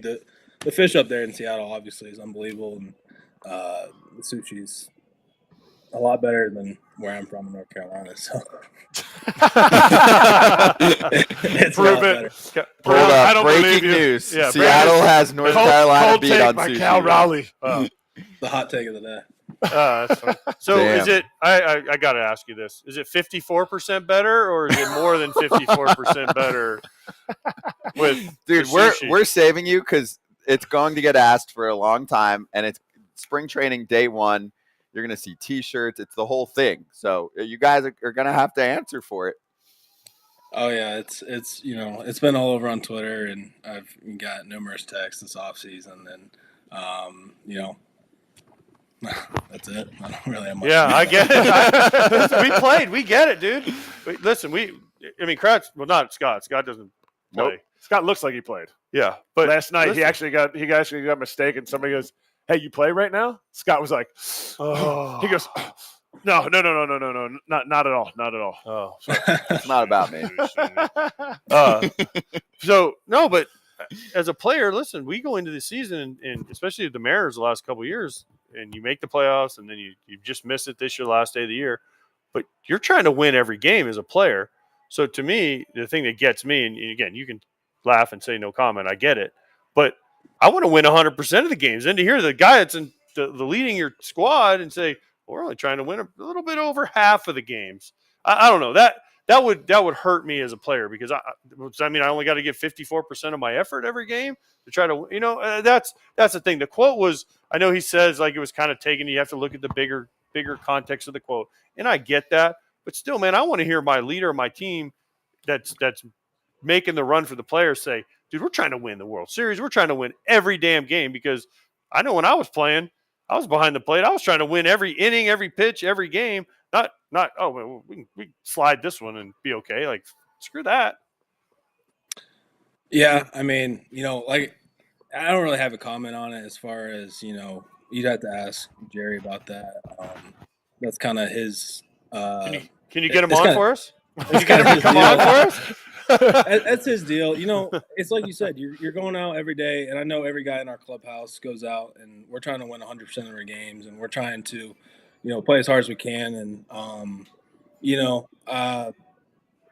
that's how we see it, and that's kind of how the players see it. And his comments, I don't think he meant it at the time, but we're just, we go out and we're trying to win as many games as we possibly can, and I think that was kind of through an analytic lens, is what he was talking about. I'm not putting words in his mouth. It's kind of probably how he was talking about it at the time, and I just, they rubbed a lot of people the wrong way for sure. Kyle, what do you think about the rest of the division right now? What's worked well for them? I mean, obviously, you can start with the team that won the World Series, the Texas Rangers, and how much their team changed over a short period of time, and also Houston just being there year after year. But yeah, what I called, actually, by the end of the year, probably the top division in baseball. I know there's a bottom to it, Oakland, separate story, but the top of your division was insane. Yeah, I mean, you saw it this year with the Astros and the Rangers, two really good teams. It was crazy how quickly the Rangers turned it around, and by going out signing guys, adding the right pieces, it was really impressive. And that was a complete 180 of what they were last year. So hats off to them. I think also adding Bochy was a great move as well. He's a great manager. I think I heard great things about him. As players kind of talk throughout the league a little bit, and I think it was just kind of a match made in heaven with him, and then getting a few players, getting some guys healthy, and they started rolling. And you saw how it worked for them. And then you look on the a little more south in Houston, and they've been unbelievable for the past few years. They're one of the toughest teams to play, I think, in the league. Every time we play them, it's a dogfight, and there's just something about Houston. I don't know what it is. Every time we play them, it's tough, and they scratch and claw, and they can really push the ball. It doesn't matter. It seems like they're just getting new guys every year, restocking, and they always got great arms. And obviously that lineup, especially when you're playing them at home. I know they had a weird record this year, but typically at home they're unbelievable there. So you saw the Rangers at the end of the season. Would you have said, I think this is a World Series team at the end of the season? You saw them a couple times in September. Would you have said that? Or is it something that you look at it and go, dang, they won the World Series? Like, we were actually closer than we thought we were. Yeah, I mean, we weren't very far off. I mean, we were out by one game to both, the Astros and the Rangers, and that's what kind of, stings the most is it's one game. It wasn't like it was 5 games, came up short, a week before the season ended. It was the, second to last game of the year where we got bounced, and that kind of what hurt. And but we were closer. We had a chance, we just didn't get it done, and that kind of falls on us as the players in the clubhouse. We were playing well. We just hit a little cold stretch there at the end, and couldn't make up enough ground, and we lost a few games in Texas. And yeah, they were a great team all year. They were. I had no doubt. I thought they were going to go in playoffs, and I thought they were going to play really well. They were playing well, and obviously you kind of heard about the bullpen struggles, and at the time everybody was kind of concerned about their bullpen, this, that, and then the way they pieced it together in the playoffs was unbelievable, and I think that's a credit to Bochy and his staff. So were you cheering for the Rangers or the Diamondbacks and your boy Seawald to win a World Series? I didn't really have a preference on who won. I mean, it was they were kind of two different stories. There was kind of the small team, as in the Diamondbacks, that nobody thought was going to make it, and then the Rangers were super hot and were kind of stacked. And I didn't have a preference. I mean, obviously, I love Paul and would have loved to see him win a World Series, but I didn't have any skin in the game. So we're going to tell Paul because he's gonna be coming on soon. So we're going to tell him you said that. So you better have said that with your chest. So Paul knows. We already talked about plenty. We had a golf trip earlier this offseason that we went on, so we're in the loop. So how did that golf trip go? It went great. Take his cash? We did. It was actually we won. My group won. I was on Paul's team. We went to Pinehurst. It was unbelievable. It was great. That's awesome. That's it. So you were on his team, but you weren't cheering for him to win the World Series. I get it. I get it. That's fine. I had no skin in the game. It wasn't my call. They're not on the same team, so he didn't care. Yeah, he only cares when he's on his team. We see how it is. We hit that one time, but now he's got Sewald and Suarez on the same team, so now he's got two of his guys, two buddies, Diamondbacks. So now that's true. They're fine. They got good catching, so you won't be going down to Arizona. You would hit 900 dingers in a season if you played in Arizona. A great place to hit. Well, it's no Cincinnati or Philly, but it is a great place to hit. Do you smoke a golf ball, by the way, Cal? What?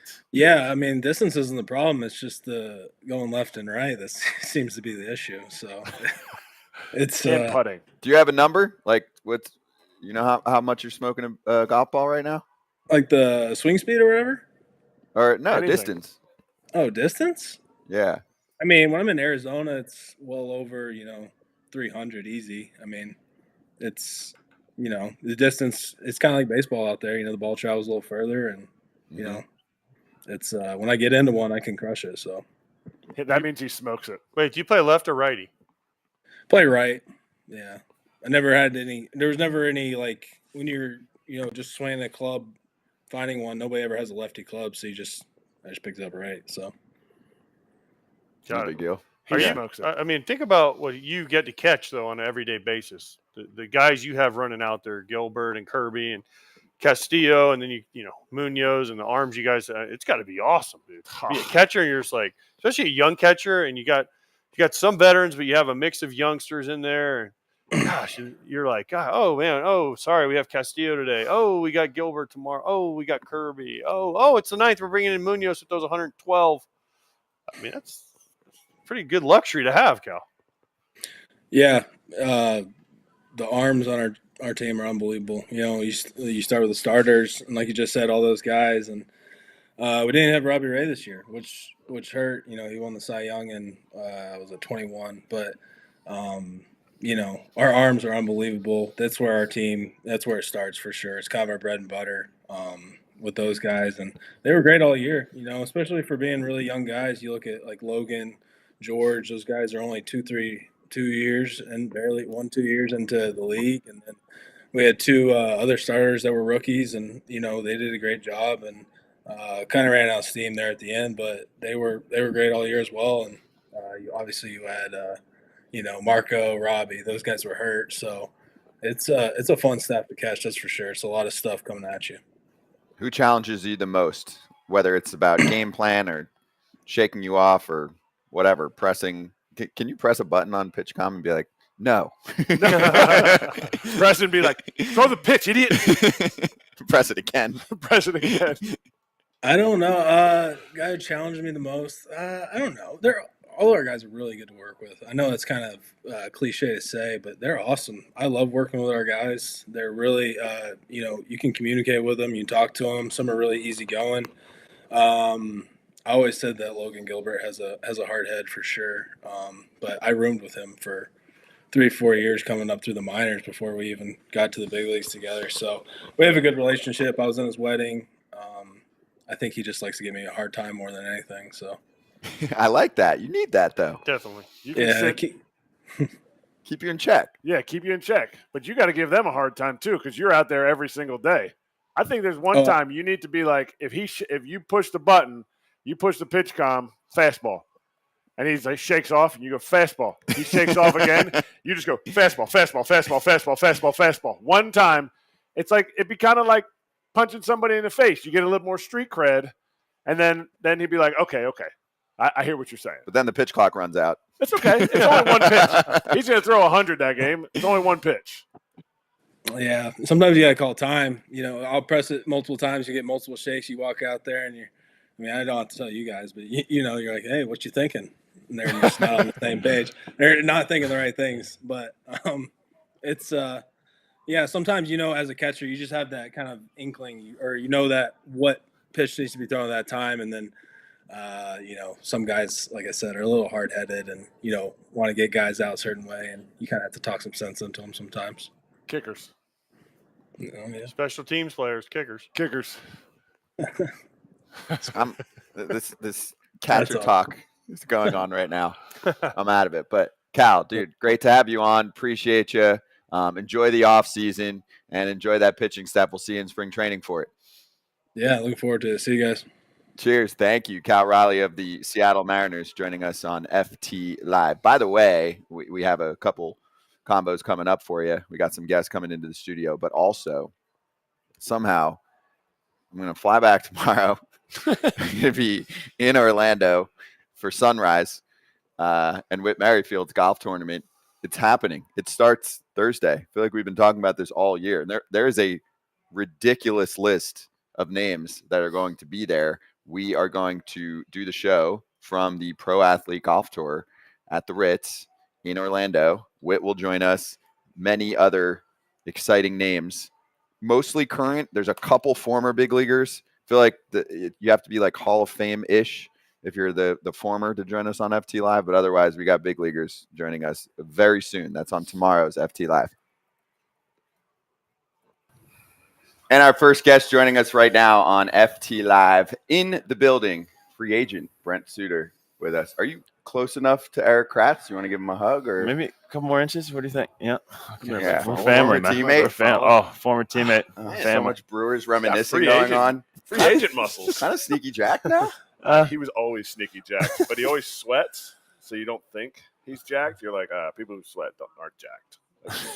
He's jacked and he sweats. He's bringing it. Okay.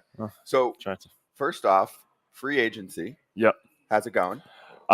It's good. I mean, it's kind of equal parts terrifying and exciting. We were talking to some teams. We're, hopefully kind of a market's kind of evolving here. We love seeing starting pitching sign because kind of where they don't sign is where I might sign, just all that stuff. But, talking with a couple of teams, really interested in them. They seem to be interested in me, but we'll see what happens going forward. But would love to get a deal done soon. I've had enough. A month and a half has been enough. Kind of waiting on your hands. I want to get with the team and kind of get the plans going. But you know what helps when you're coming off an awesome season and you pitched in Colorado? I would think that helps your free agent case. Sometimes we're going to talk to free agents this offseason. Hey, Lucas Giolito has had a nice career. It wasn't his best season. We had him here yesterday, so he's telling us, it's a little scary. I mean, low 3 ERA in Colorado. Do you at least get to hit free agency and be like, hey, what's up? Who's calling? Middle relievers, we can never fully maybe go like that in free agency. It's kind of like what do you think? What do you think?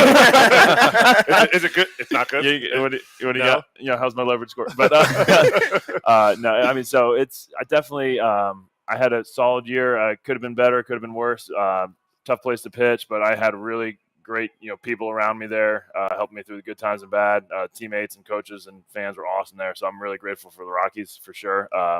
But we'll see what happens. I'm hoping that the team kind of sees value and is able to put a good offer forward, and then that stuff I've heard stuff really gets going after you get that first offer because it kind of maybe becomes a bidding war or whatever, what have you. But it'll get interesting once that happens. But for right now, we're just kind of talking, flirting, dating. Maybe could call back for the second date. So you winked at some teams. Some teams have winked at you. Exactly. But they all have the peripherals. They all have Sutor B's lowest 5% in exit velocity. It's the whole everything that's out there, your WAR, all that stuff. They have that. Right. What's the one thing? Because this is what I think this show and this opportunity for you to come on as a player, for other players to come on. Yeah. What's the one thing that you'd be like, this is why I'm good for a team? Because I sit here and I'd sell Sutor B as I just did last night with Tyler Stevenson. I know you'd love to play in Cincy. Oh, You would love to play in Cincy. Love that. Staying at Yeah. home Yeah. in your tiny house that you live in, recycling all of your plastics. But I said, this guy is the guy who puts your team over because you're that type of clubhouse guy, and you can never quantify that. So besides that, what's another thing that you would like sell to a team if you could sell yourself in this whole flirting, courting process? I think what my agent and I have sold is kind of the Swiss Army knife. Like I can go multiple, I can go 3, maybe 4 ups. I could open for you. I used to be a starter, so you could even build me up as a starter, and we could go from there. Or I could come in, try to get a lefty or 2 out, be ready the next 2 or 3 days in a row. So kind of that Swiss Army knife ability to kind of give flexibility to the whole pen. I'll step into the high leverage roles for sure. I love doing that, but my strikeout numbers aren't suggesting that I should be the closer or 8th inning guy, maybe. But I can definitely step into those roles. But just kind of wherever, whenever in the game, I'm ready from pitch 1 to pitch 200. So kind of that mentality and bringing maybe some leadership, like you were saying, to the bullpen would be good. But more of the Swiss Army knife is what we're trying to advertise. You know what I mean? And if they bring in a Cy Young Award winner, you can hit a dinger.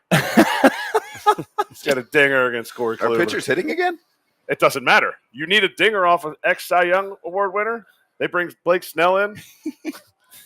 Sutor B is going to come out and give you an at-bat. That's what he does. If they're smart, they sign both of them to the same team. Whoa. Be down for that. Package deal, the he's two down. best lefties on the market. Jordan Montgomery might be pissed I said that, but talk about it. Montgomery's very good free agent as well. I mean, there's some really good pitching in this free agent class, starting and relieving. So it's interesting, and so far it seems to be some good value, good contracts being signed. So it's a good sign for the market, but TBD on how it goes for me. Did you ever think when you made it up to the big leagues with the Brewers, A, you'd be going to free agency, B, you'd be going to free agency with your guy Hader? It was something we obviously played together. We called up within a year of each other. He's quite very good. I forgot to mention him obviously, but he is one of the best relievers I've ever seen in my life. He's had some outings where it just wasn't fair. making big leaguers look like little. Like it's incredible what he does. And when we were both Super 2 together, it was kind of one of those things like, hey, we could go through the ARB system with the Brewers together. Woodruff was right a year behind us. Burns was a couple years out. Like it was a really good group. Freddie Peralta, all that. So we had a really good group there, and I love being teammates with him and all those guys. And obviously, stuff happened last year where he got traded. I got put on the waivers and claimed by Colorado. So weren't able to be teammates this last year, but enjoyed every second with him. Man, he's one of a kind. He is a super nice guy. Everyone who meets him is like, this is not who I thought Josh Hader was. I thought he was maybe down closer. He's not this great. Like he's just a down home, like perfect combination of a hippie and a redneck. Kind of is what I've heard. Hipster redneck, hipster redneck. And he's just the nicest guy. Got a great heart. So I'm excited to see where he goes. I like it. All right, I'm gonna get my random question in just because I want to make sure time wise, and he already started to make fun of you on the environmental side, but on the serious side, because we've interviewed you maybe 2 or 3 times this year. Eventually, in Major League Baseball, if we have expansion, I know I'm coming out of left field here. Do you think that we will realign and we will have shorter flights for players, aka also less gasoline in the sky? I hope so. I was torn. We were negotiating the CBA with the balanced schedule. Every team playing every other team. I was like, man, I think it's good for the game, but that is not good for the admissions with the flight times, and especially guys in like Seattle and LA, San Fran, and then Miami. So it was. I was torn between it. Obviously, environmentalist in me was like, can't we just do it like we did in COVID? Like just play division. Keep the flights really short, keep it in division as much as possible, and then play a little bit maybe, and then do the inter division play in the playoffs. It's one of those things I'm still a little torn on. I do think the balanced schedule was good for the game this year, and it was really cool as a player getting to see everybody at least one time, at least one series. So definitely more gasoline in the sky from the baseball world, but at some point there should be a realignment where it becomes a little more cohesive, or maybe we even do like the NBA is doing some in-season tournaments where it's all at one location or something like that. that could be something baseball looks into to just save flight time and make it, ease of fans and ease of players to just kind of be in one place at a time for a week or so. I mean, maybe they even switch AL and NL up in terms of how it looks like. Do the Yankees and Mariners need to be both in the AL, or should like the Mets and Yankees, obviously being in the same city?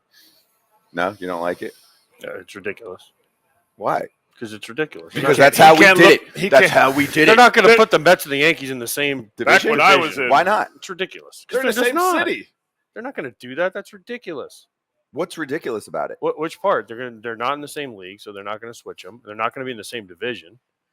Because why? Because that's though we have how it's done. No, because now we have the mixed schedule, the balanced schedule that we have, right? Which you can everyone still plays each other. I understand you can still do that, but I'm saying you still play your division much more, even now, right? So we went from 19 to what's the number now? 13. 13, right? So you'd have 13 matchups with teams in the Northeast, right? You could have Mets, Phillies, Yankees, Boston, Red Toronto. Sox, Toronto, all in one area. No, you're not about it. I think that's crazy. Get off his lawn. You know what the other side is? Because I talked to some players at the party last night about this. So college sports are going the complete opposite direction. Oh my gosh! Yeah. You have like you could be on the lacrosse team at Stanford, and you might now have to like play on the East Coast or something like that. Midweek or something crazy like that. I don't even know how it's Hey, gonna get done. And I don't know. You would think college cares about that stuff, and they're just like, screw it. We're going to be in the air forever. Everybody. Oh my god! We care so much about going to the East Coast to explore for our students. Yeah.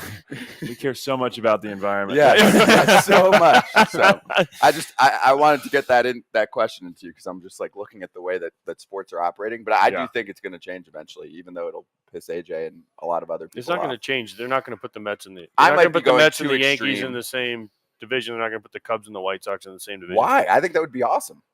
They're just not, because it's going to.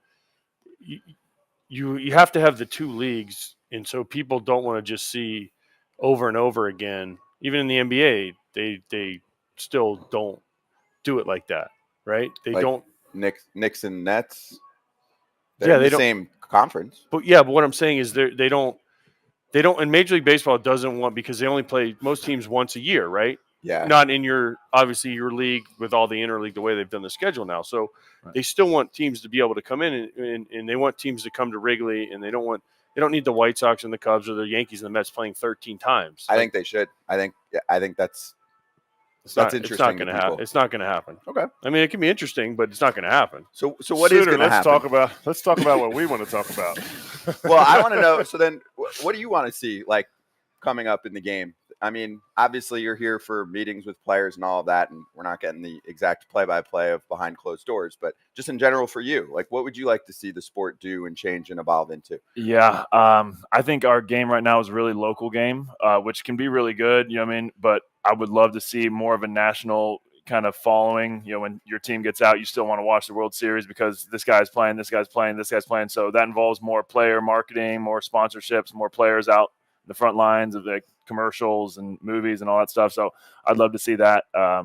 Again, like 20 years ago, I remember watching Anger Management and seeing like Roger Clemens, Derek Jeter, all those guys in the movie. And now it's just like there's not as much probably baseball player involvement in the media, like front lines. I'd love to see that come back. And then, you know, I think I'd love to see the continued kind of crispness of the game. I was cautiously optimistic about the pitch clock, and I think it was a really good success in a lot of ways.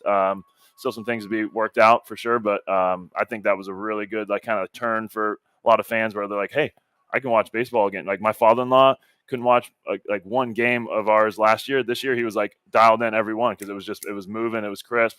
So that was a really good change. I want to see that continue to make adjustments to the game that just makes sense, you know what I mean, for both sides. And that would be really good. But really my big concern or my big kind of mission is get baseball players and kind of market it again really nationally and get the game really nationally followed again.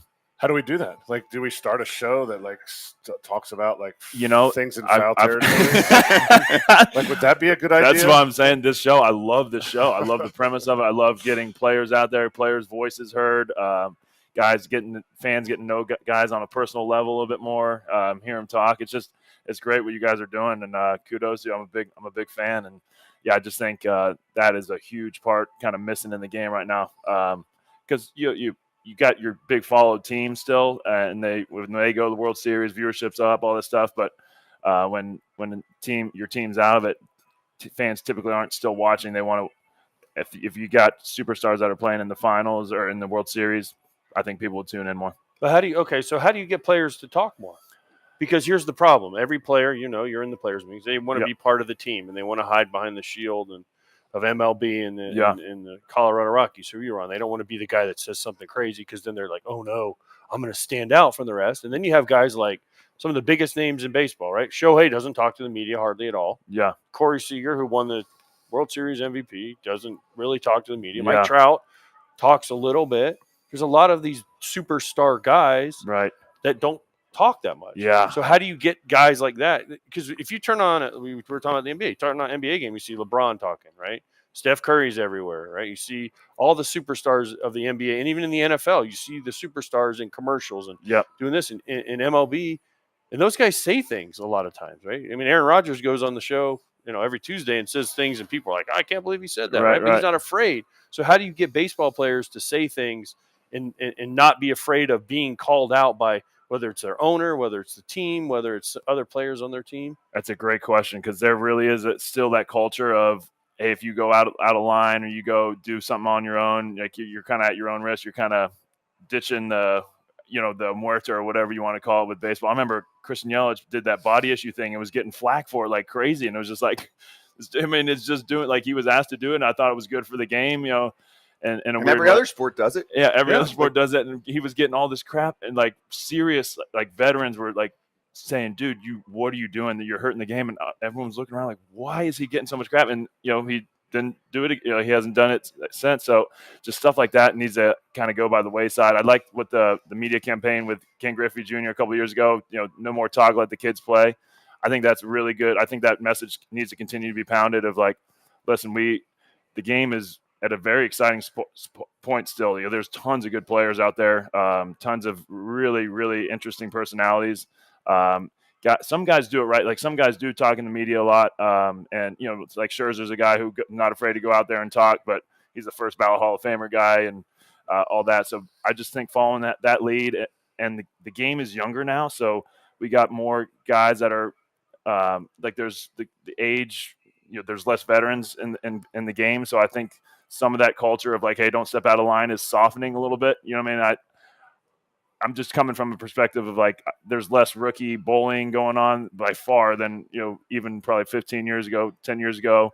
There's more acceptance of like kind of everyone's personality to mesh in the whole thing. So I think, long story short, we need to continue the media campaigns of no more talk, let the kids play, maybe incentives for guys to do, social media posts for the game and continue to go on like in the broadcast with the mic'd up. I think that is a really good thing. I think that needs to be expanded. And I think just a culture of like, hey, we want us to have, you would have followers and you'd have followers and you'd post more, myself included. I haven't been posting much, but to grow the game. More followers for you means more followers for the game. People coming in maybe out from outside and looking in on the post going, hey, I'm interested in what this guy is about, and I want to see him play. So here's the thing, though. You said Ken Griffey Jr. did to let the kids play. Shouldn't it have been a current player doing that?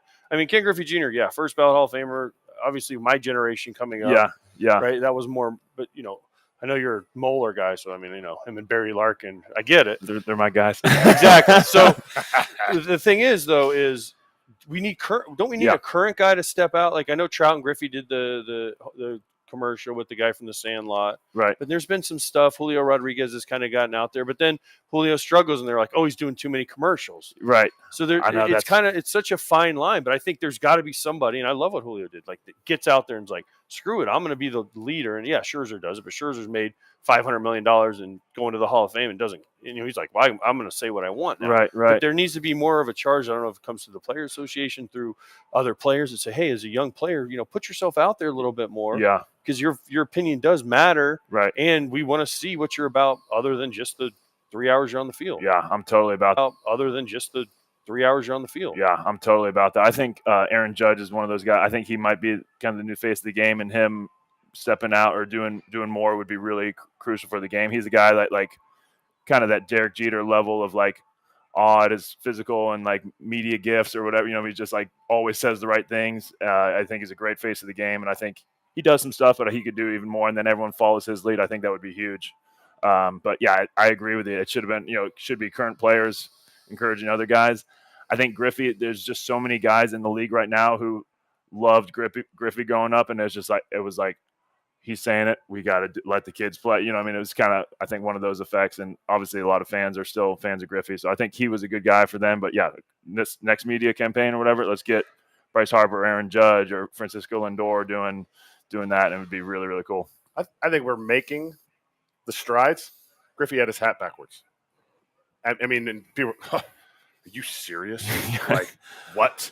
Now It's like, okay, so if that was like the beginning, I think we've come this far now, but we still have, way farther to go. We can't be such curmudgeons, but we can bully rookies. We can still bully rookies, not the way that they were bullied before, right? Because that was like, and I don't know about AJ's experience, but my experience was dudes treated you a certain way, but they also it was to bring you into the fold, right? Not to absolutely degrade you and make your life a living hell. Right. Few and far between exceptions, but yeah, mostly the loving correction. Like the with love correction or the ribbing to get you back. Don't wear shorts to the field. We're cutting your suit. Yeah. It's a shorts and sleeveless suit. Yeah, and so I think that's a really crucial part of the game is letting guys showing guys what the show is all about, like showing them how to behave, what's good, what's not. Without taking away their personality, like we were talking about, without saying, hey, you can't show yourself too much. Encourage them to be themselves. What you bring to the table, what you are, is awesome for our team. We want to accentuate that. Just don't wear shorts to the field.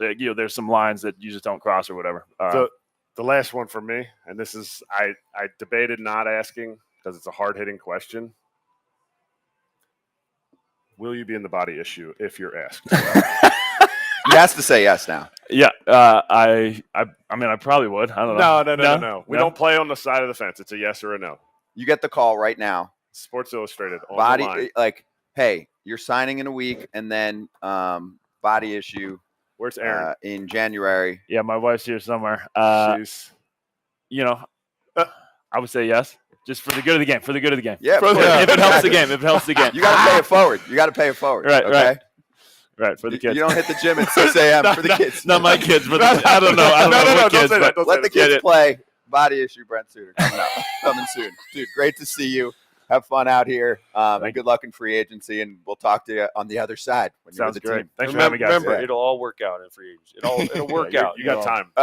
No, I think it won't. It'll be stressing, but it'll all work out. Yeah, exactly. He will not be teamless by any means. We'll be right back on FTLIVE. Some blackjack over there. I lost all my chips already. We were playing. Hey, hold up. You were 1-1, dude. You can't complain about losing a little money. Oh yeah. Okay, it's not like you were like Erik Kratz was a 72nd rounder. Like I signed for $300. You're 1-1. Okay. It still hurts when you lose money. Yeah, come on, man. He likes winning. Yeah. Sorry. No matter what, it still hurts. But no, I'm hanging out with a lot of these guys over there. Joe Ryan, Vinny Pascantino, Bryce Jarvis, a couple of guys in my agency. So yeah, it's good to see guys. So all Central guys? What's the deal with that? Yeah, I don't know. Yeah. I know what it is. Steel Bar's right there. You should talk to him. Caleb's a good buddy. Yeah. So yeah, us Central guys sticking together. Tough to. I know we get a lot of hate in our division, so we got to stick together. So. we throw shade on your division. Yeah, but we throw shade in a positive way. Here's why. Because we'll go, for example, we just talked about your team, obviously, because you got Maeda. Yep. And we're like, Tigers can win the division next year. That division doesn't need a team that spends 5-6 years rebuilding. Like, in the AL East, it's crazy most years, right? So Baltimore took forever to get to now being a really good team. You don't necessarily have to do that. I know you guys have gone through ups and downs, but what do you think about the squad right now? I think we're in a really good position to take a run at winning the division for sure. I think we're going to go into the season expecting to do that. Mm-hmm. And we know, the Twins and Cleveland are going to be there, giving us fits for that we're going to expect that. But I feel really good about where we're at. We got obviously young guys who we feel like are coming into their own. Torque and Greeny and Kerry Carpenter, Tarek Scooble's a beast on the mound for us. Like, I think we're in a really good spot to have a really good year, and you know, the outlook in the next few years is really positive for us. How are you feeling? Good, yeah, I'm ready to go. And now back to foul territory. Red stud outfielder Will Benson with us, and it was a difficult trek for him to make it to the studio. So we appreciate you swinging by. The sweatshirt is fire, but do you want to let everyone know how you almost did not make it to the studio today? There were geese stopping my appearance. My entrance. So yeah, crazy. Bro said the geese were cutting off the street and set them back like 10 minutes. There was anarchy in Vegas. Just to remind everybody, we're in Vegas. But you can't, like, I don't understand. You can't honk. Like, Yeah, if you're No, the geese are honking. The guy, Well, I know, like you can't just slow play them and like crawl into them. They're not going to fly away. You don't run over the them. guy was Stay there? waiting. So, because I called the Uber that was about to pick him up, and it basically said he was there. And then I'm like, "What's going on?" Because now it says you're 8 minutes away, and he's like, "It's not just me. We're standing there. We thought they're going to move. Like they're probably there honking and trying to get shit." No, but if you just slow, they're not going to get run over. It's just another way that Joey Vada's in your head. Yeah, The Canadian geese. The Canadian geese are in there. He's in there. He's like, I'm gone. I know I dominated you in chess all year. But I'm still here. Yeah. I'm sending geese to Vegas to get in your way of getting on the show. That's something Joey would do. All right, give us the Joey lowdown then. So start with the impact that he made for you. We were talking to Tyler Stevenson yesterday. He's like, ask Will, of course, about the chess, but also about conversations that you guys had. And I mean, damn, you look down at your on base percentage, just the year you had in general, right? And also after the first maybe like month or so, how much everything kicked up. Was Joey a part of that? 100%. When I got called back up, like after a month, I'll just go a quick story. This is my favorite story to tell. Yeah, go for it. We were on a flight headed to Boston. And I sat there and I just got back up from AAA. I hit 2 doubles, like hardest balls I've actually ever hit in my career. They're both 114. And we're sitting on the plane, and Joey's like, "Hey man, like, you know, show me your best swing." So I showed him those, and he goes, "That's not gonna work." And I said, "What do you mean, Joey? These are 114 doubles. Like, what else do you want me to do? Like, what else am I supposed to be doing?" And he goes, "Look at your path. The path that you have created on these balls that are down and away, you shouldn't be pulling them down the foul line. Like, these balls are supposed to be going center field, left center." And so the more we kind of dove into it, he really just broke down my work like before the game. He's honest. He was on, and I told him to be honest with me. He said, "Hey, like your pregame work is garbage. Like, it's not good." And I said, "Okay." And I'm very I love to learn. And I'm just soaking it all up because I know who he was. I watched him play. And the fact that he took the time on a flight. It's funny, I actually took Steve-O's seat because me and Joey were playing chess on that flight to Boston, and took Steve-O's seat. And then we just kind of stopped playing and started talking about that. And long story short, again, like we just started diving in on path, the precision of your early work, which sets you up for the game. And really just having him in Boston at that point in time, like really watching my work, you know, critiquing it, honestly seeking perfection out of me, which made me want to be perfect myself. That's kind of where that relationship grew. And I'm very grateful because, like you said, my whole year turned around when I got back. And a lot of it started with that conversation. And he was hurt. He was hurt. Yeah. But like, that's the part that you didn't like. He was hurt during that time. Yeah. So we talk about it all the time on this show. Yes, I get it. You can't have every rehab guy, and not every rehab guy actually makes a difference. Yeah. But if he's not there, I don't do that. Yeah, I don't have. You don't do that because you were feeling yourself. You were like, yeah. You probably watched a couple times on your laptop. Yeah, you're like, for sure. You're like, for sure. Oh yeah, 114. Oh, 114. Hey, did you guys see this? Yeah, for sure. 114. Like, and you were feeling yourself. Feeling myself. And I think that is amazing. such a great reason why you need guys like that in the game. Look, we even got a video. You can watch yourself hitting dingers on our screen there. Oh my God, that's one of my favorite swings of the year. Yeah, off the moon, yes. And that's like exactly what you're talking about. And that's left center. That's left center. Yeah, it's left center. That's awesome. Slider left center. Yeah, it's crazy. Had anybody ever talked to you like that in the sense of like you're a first rounder? We were in spring training together Mm. for like a minute. Yeah. I didn't even know if you remember me, but you said you remembered. Yes. Like, so first rounders have this, like, you're the best in high school. You're the best in low A. You're the best in high A. Yeah. Had anybody ever talked to you like that? Like Joey talked to you? That you respected? No respect like that? No. And I think that's that's probably the biggest thing. I told you I like to learn. So at one point I was listening to everyone and trying to do everything because I didn't start off that great. And so when I am given information from anyone, I try to receive and accept it. But as I've grown older, grown wiser. Oh, with your beard, you're so old. Right? I think it it's changes gray. everything. Is there any A gray wise in there? 25. No, 25. Yeah, But I've An learned. old 25. But I've just learned, like you said, it also is who you're talking to, and then the and how you perceive the information and how you receive the information and apply it in your own way. So I went from, kind of listening to everyone early on to growing into someone who I listen, but I kind of can weed out what I really need to take from what I'm hearing, and really benefit myself. So it was honestly a perfect timing because when I made opening day roster, like thank God I made this roster, and I struggled bad. I looked awful, and I did the same thing where I started listening to everything that was thrown my way, and I didn't learn from my previous mistakes, and so finally, again, I get to AAA and. I'm doing better. I'm playing my game. I'm getting on base at an alarming rate, and a lot of it too is just straight up me raw ability. It had nothing to do with put your arm, any mechanic, none of that stuff. And so when I actually spoke with Votto, I took it from that angle. I said, look, in the back of my mind, I'm like looking at him, but in the back of my mind, I'm looking at him, saying, I'm going to hear what he's going to say because this is one of the greatest left-handed hitters that have played, right? I'm going to sit here. I'm going to listen to what he says, and I'm going to try to connect dots. I'm not going to take everything that he says for verbatim. I'm going to connect those dots.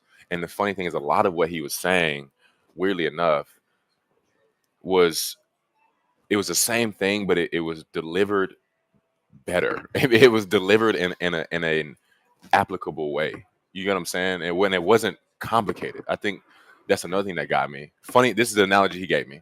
He goes, and this is the swing we're looking at. He goes, look at your path, right? So my path on this ball down the way was like this. It was just like that. And he said, look, Will. And he pulled up one of his. He's so funny. He's like, I don't want to brag about myself, but I said, Joey, it's okay, dude. Like I get it. I get it, bro. Hit it. Okay. You get it, bro. I get it. I get you, bro. And he had hit this one. It was off a lefty too. Lord bless him. He was a down and away fastball, and he goes, "Look at my path." And it was like that. And I said, Joey, wait a minute, because now I'm contesting him because again, I want to really know and learn. I'm not going to just sit here and take what he says. I said, Joey, that looks like an uppercut swing. He says, no, Will. You're going to learn. You're going to do this path, but hit a ground ball to the shortstop. And so then it was so contradicting, but then it made sense because at the end of the day, like. I have more room in the zone going this way, not this way. If a ball moves down this way or anywhere, and then with this path, I miss it. If it's perfect, I'll clip it. But here, I have more room in the zone. Like my bat's in the zone for a much longer time. These angles, it just gives me room for error. And I didn't understand that until I had that conversation with him. Now, doesn't this go back to kind of what you're talking about, people? I think one of the biggest things that people don't understand is once you make the minor leagues, you can even go to like high school, and everyone's throwing stuff at you, right? Like, oh, try that because they want you. They're like, oh, we see you're going to be a first rounder. I want people to know I helped him along the way, right? So you have a million people throwing stuff at you, and of course, being a good kid, being a good person, you're like, I'm gonna listen to Eric, and I'm gonna listen to Scott, and I'm gonna listen to Will, and I'm gonna listen to AJ, and I'm gonna try and take all this stuff in and try every little thing they tell me, right? And then at the end of the day, though, it's your career. Yeah. Right. So, yeah, you appreciate all the people that have said something to you. But at the end of the day, and I've told people this a million times, you have to take ownage of yourself and your career. And there might be a time where you look at a guy and he might be a coach and say, look, that's not going to work for me. I need you to explain a different way. Yeah. And if they can, they're probably help you. For sure. No, I agree. But you don't do it like disparagingly and be like, oh, you're an idiot. I don't want to talk to you. Right. You're like, okay, I appreciate it. Now, how can I apply that? And if sometimes it doesn't work, and you're nice about it, and you're like, okay, well, that's not going to work. I'm just going to, yeah, I tried it. Okay, ignore it, right? But the way Joey, it sounds like, did it, made it personal to you and made you understand. And that's the difference between like a coach and a really good coach is they can find a way to make it personal to you. And then what you were saying about the path, yeah, of course, everyone, all the new stuff they're teaching now, like with the way they're teaching and stuff, it makes sense. But to have someone like Joey sit down with you, I mean, that's like it's the greatest. It was a blessing. It was the blessing that I needed. And just to kind of go off what you're saying too, I think what happens early on, I hope y'all can attest to this. What happens early on, I feel like too, is you want to earn a job. You want to earn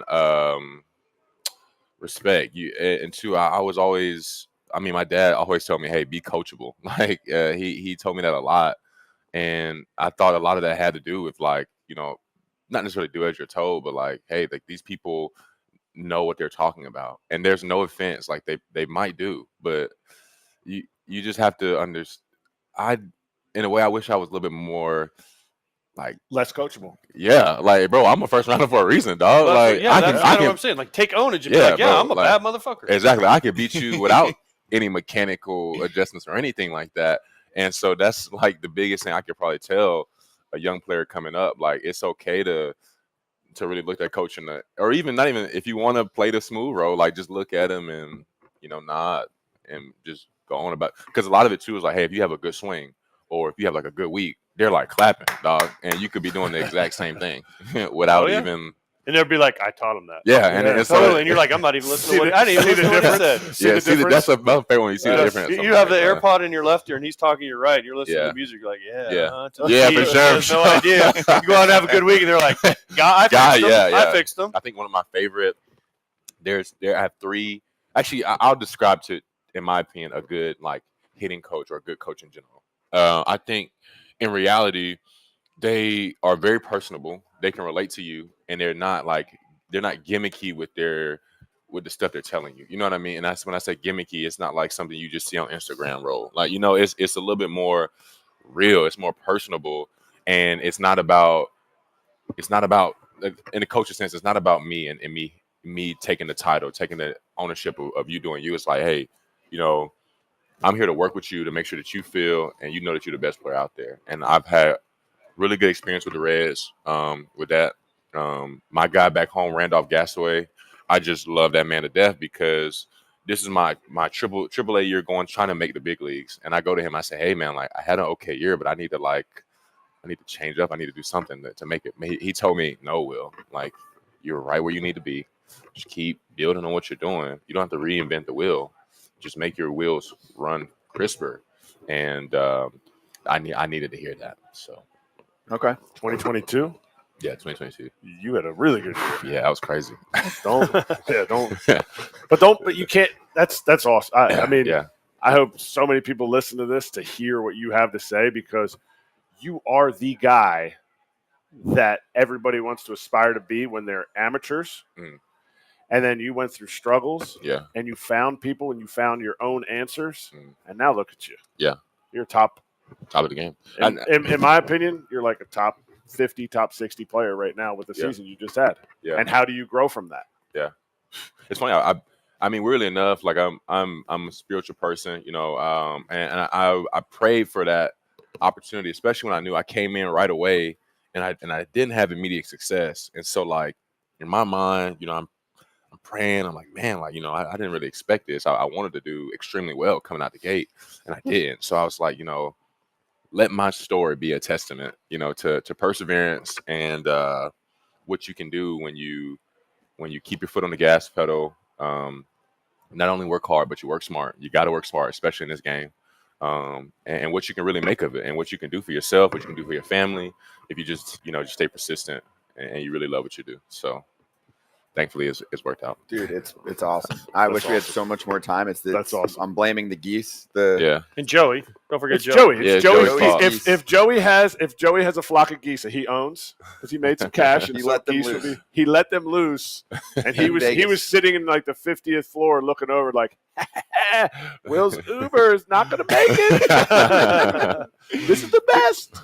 Dude, thanks for swinging by. Yeah, for sure. We got to have more talks in the future, Yeah, but we keep will. doing your thing. Appreciate you. Yeah, Scott. Thank you. I appreciate y'all Awesome. for having me. Thank you. No doubt. Yeah. All right.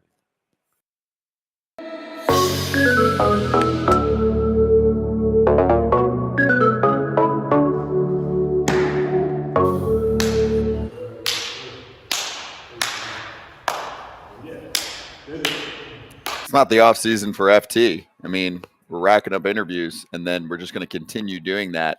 We'll be at Whit Merrifield's first annual Pro Athlete Golf Tour, which features a ton of big leaguers. And you can look it up too if you want to see some of the people that'll be there. I can't promise any names yet because we're still working on that. I'm not there right now, so we're in Vegas, but we'll figure it out between now and then. Okay, so we'll be at the tournament. We'll talk to more current players, maybe some former players too. So tune in for Thursday's FT Live. Did you guys have fun? It was great. Great few days. Great 3 days. Yeah, I had a good time. Mandalay's awesome. Vegas. Eric had a great time. Look at him. He doesn't like massages. Got him a massage. Yes, I did. Thank you for the massage, AJ. That was a nice gift. Yeah. Nobody says you're cheap anymore because you bought me a massage. There you go. But you did get to take a nap in an illegal place to take a nap. Yeah, we had 20 minutes in between. Yeah, but that's illegal. You had Yeah, I time. know. The security guard told me it was illegal when she Now tapped you're me on on a- the shoulder. Now counting cards and sleeping in the sports book. you're on the hit list. What if he was awake? He's not awake. I was This not guy awake. is an absolute. I'm his sleeper. representation. Takes I would go up and I'd say, "Excuse me, that's his awake face." We have done two. We have done two on site. We did Seattle and we did here now. Both times, AJ's been a napman, an Yes. absolute napman. He's an 80 grade napper. Give me 30 seconds. I'll be asleep. Done. We're done in about 30 seconds. Kratz hats, what do you got? Columbus Clippers, little throwback. I don't know why they wore throwbacks like every Thursday, but it was Throwback Thursday, I guess. So It's easy to do. Throwback Thursday's a thing. it's an awesome hat. Somehow I got like 6 of them. So if you have a 7 5/8, I'll send extra. I do not, but maybe someone does. Maybe it's a giveaway. It'd be our best giveaway Maybe ever. Bochy can It'll help. like compete with the Ohtani signed poster that we had. Thank you again to BetMGM, the sportsbook, for hosting us here and allowing us to do a show right next to where a ton of players were and bringing those players on. Also for the players party last night, if you missed any of it, of course, everything that we do is free for you on YouTube and a number of other places. Obviously, if you want to catch little clips on social, they're there for you. So thanks to the PA and that players party for inviting us and letting us chat with the dudes, have a Then we little have Casey cocktail and say Mize, hi to Casey Mize, Max Max Fried, Fried, Amir Amir Garrett, Tyler Stevenson, Luke Berryhill. Luke Berryhill.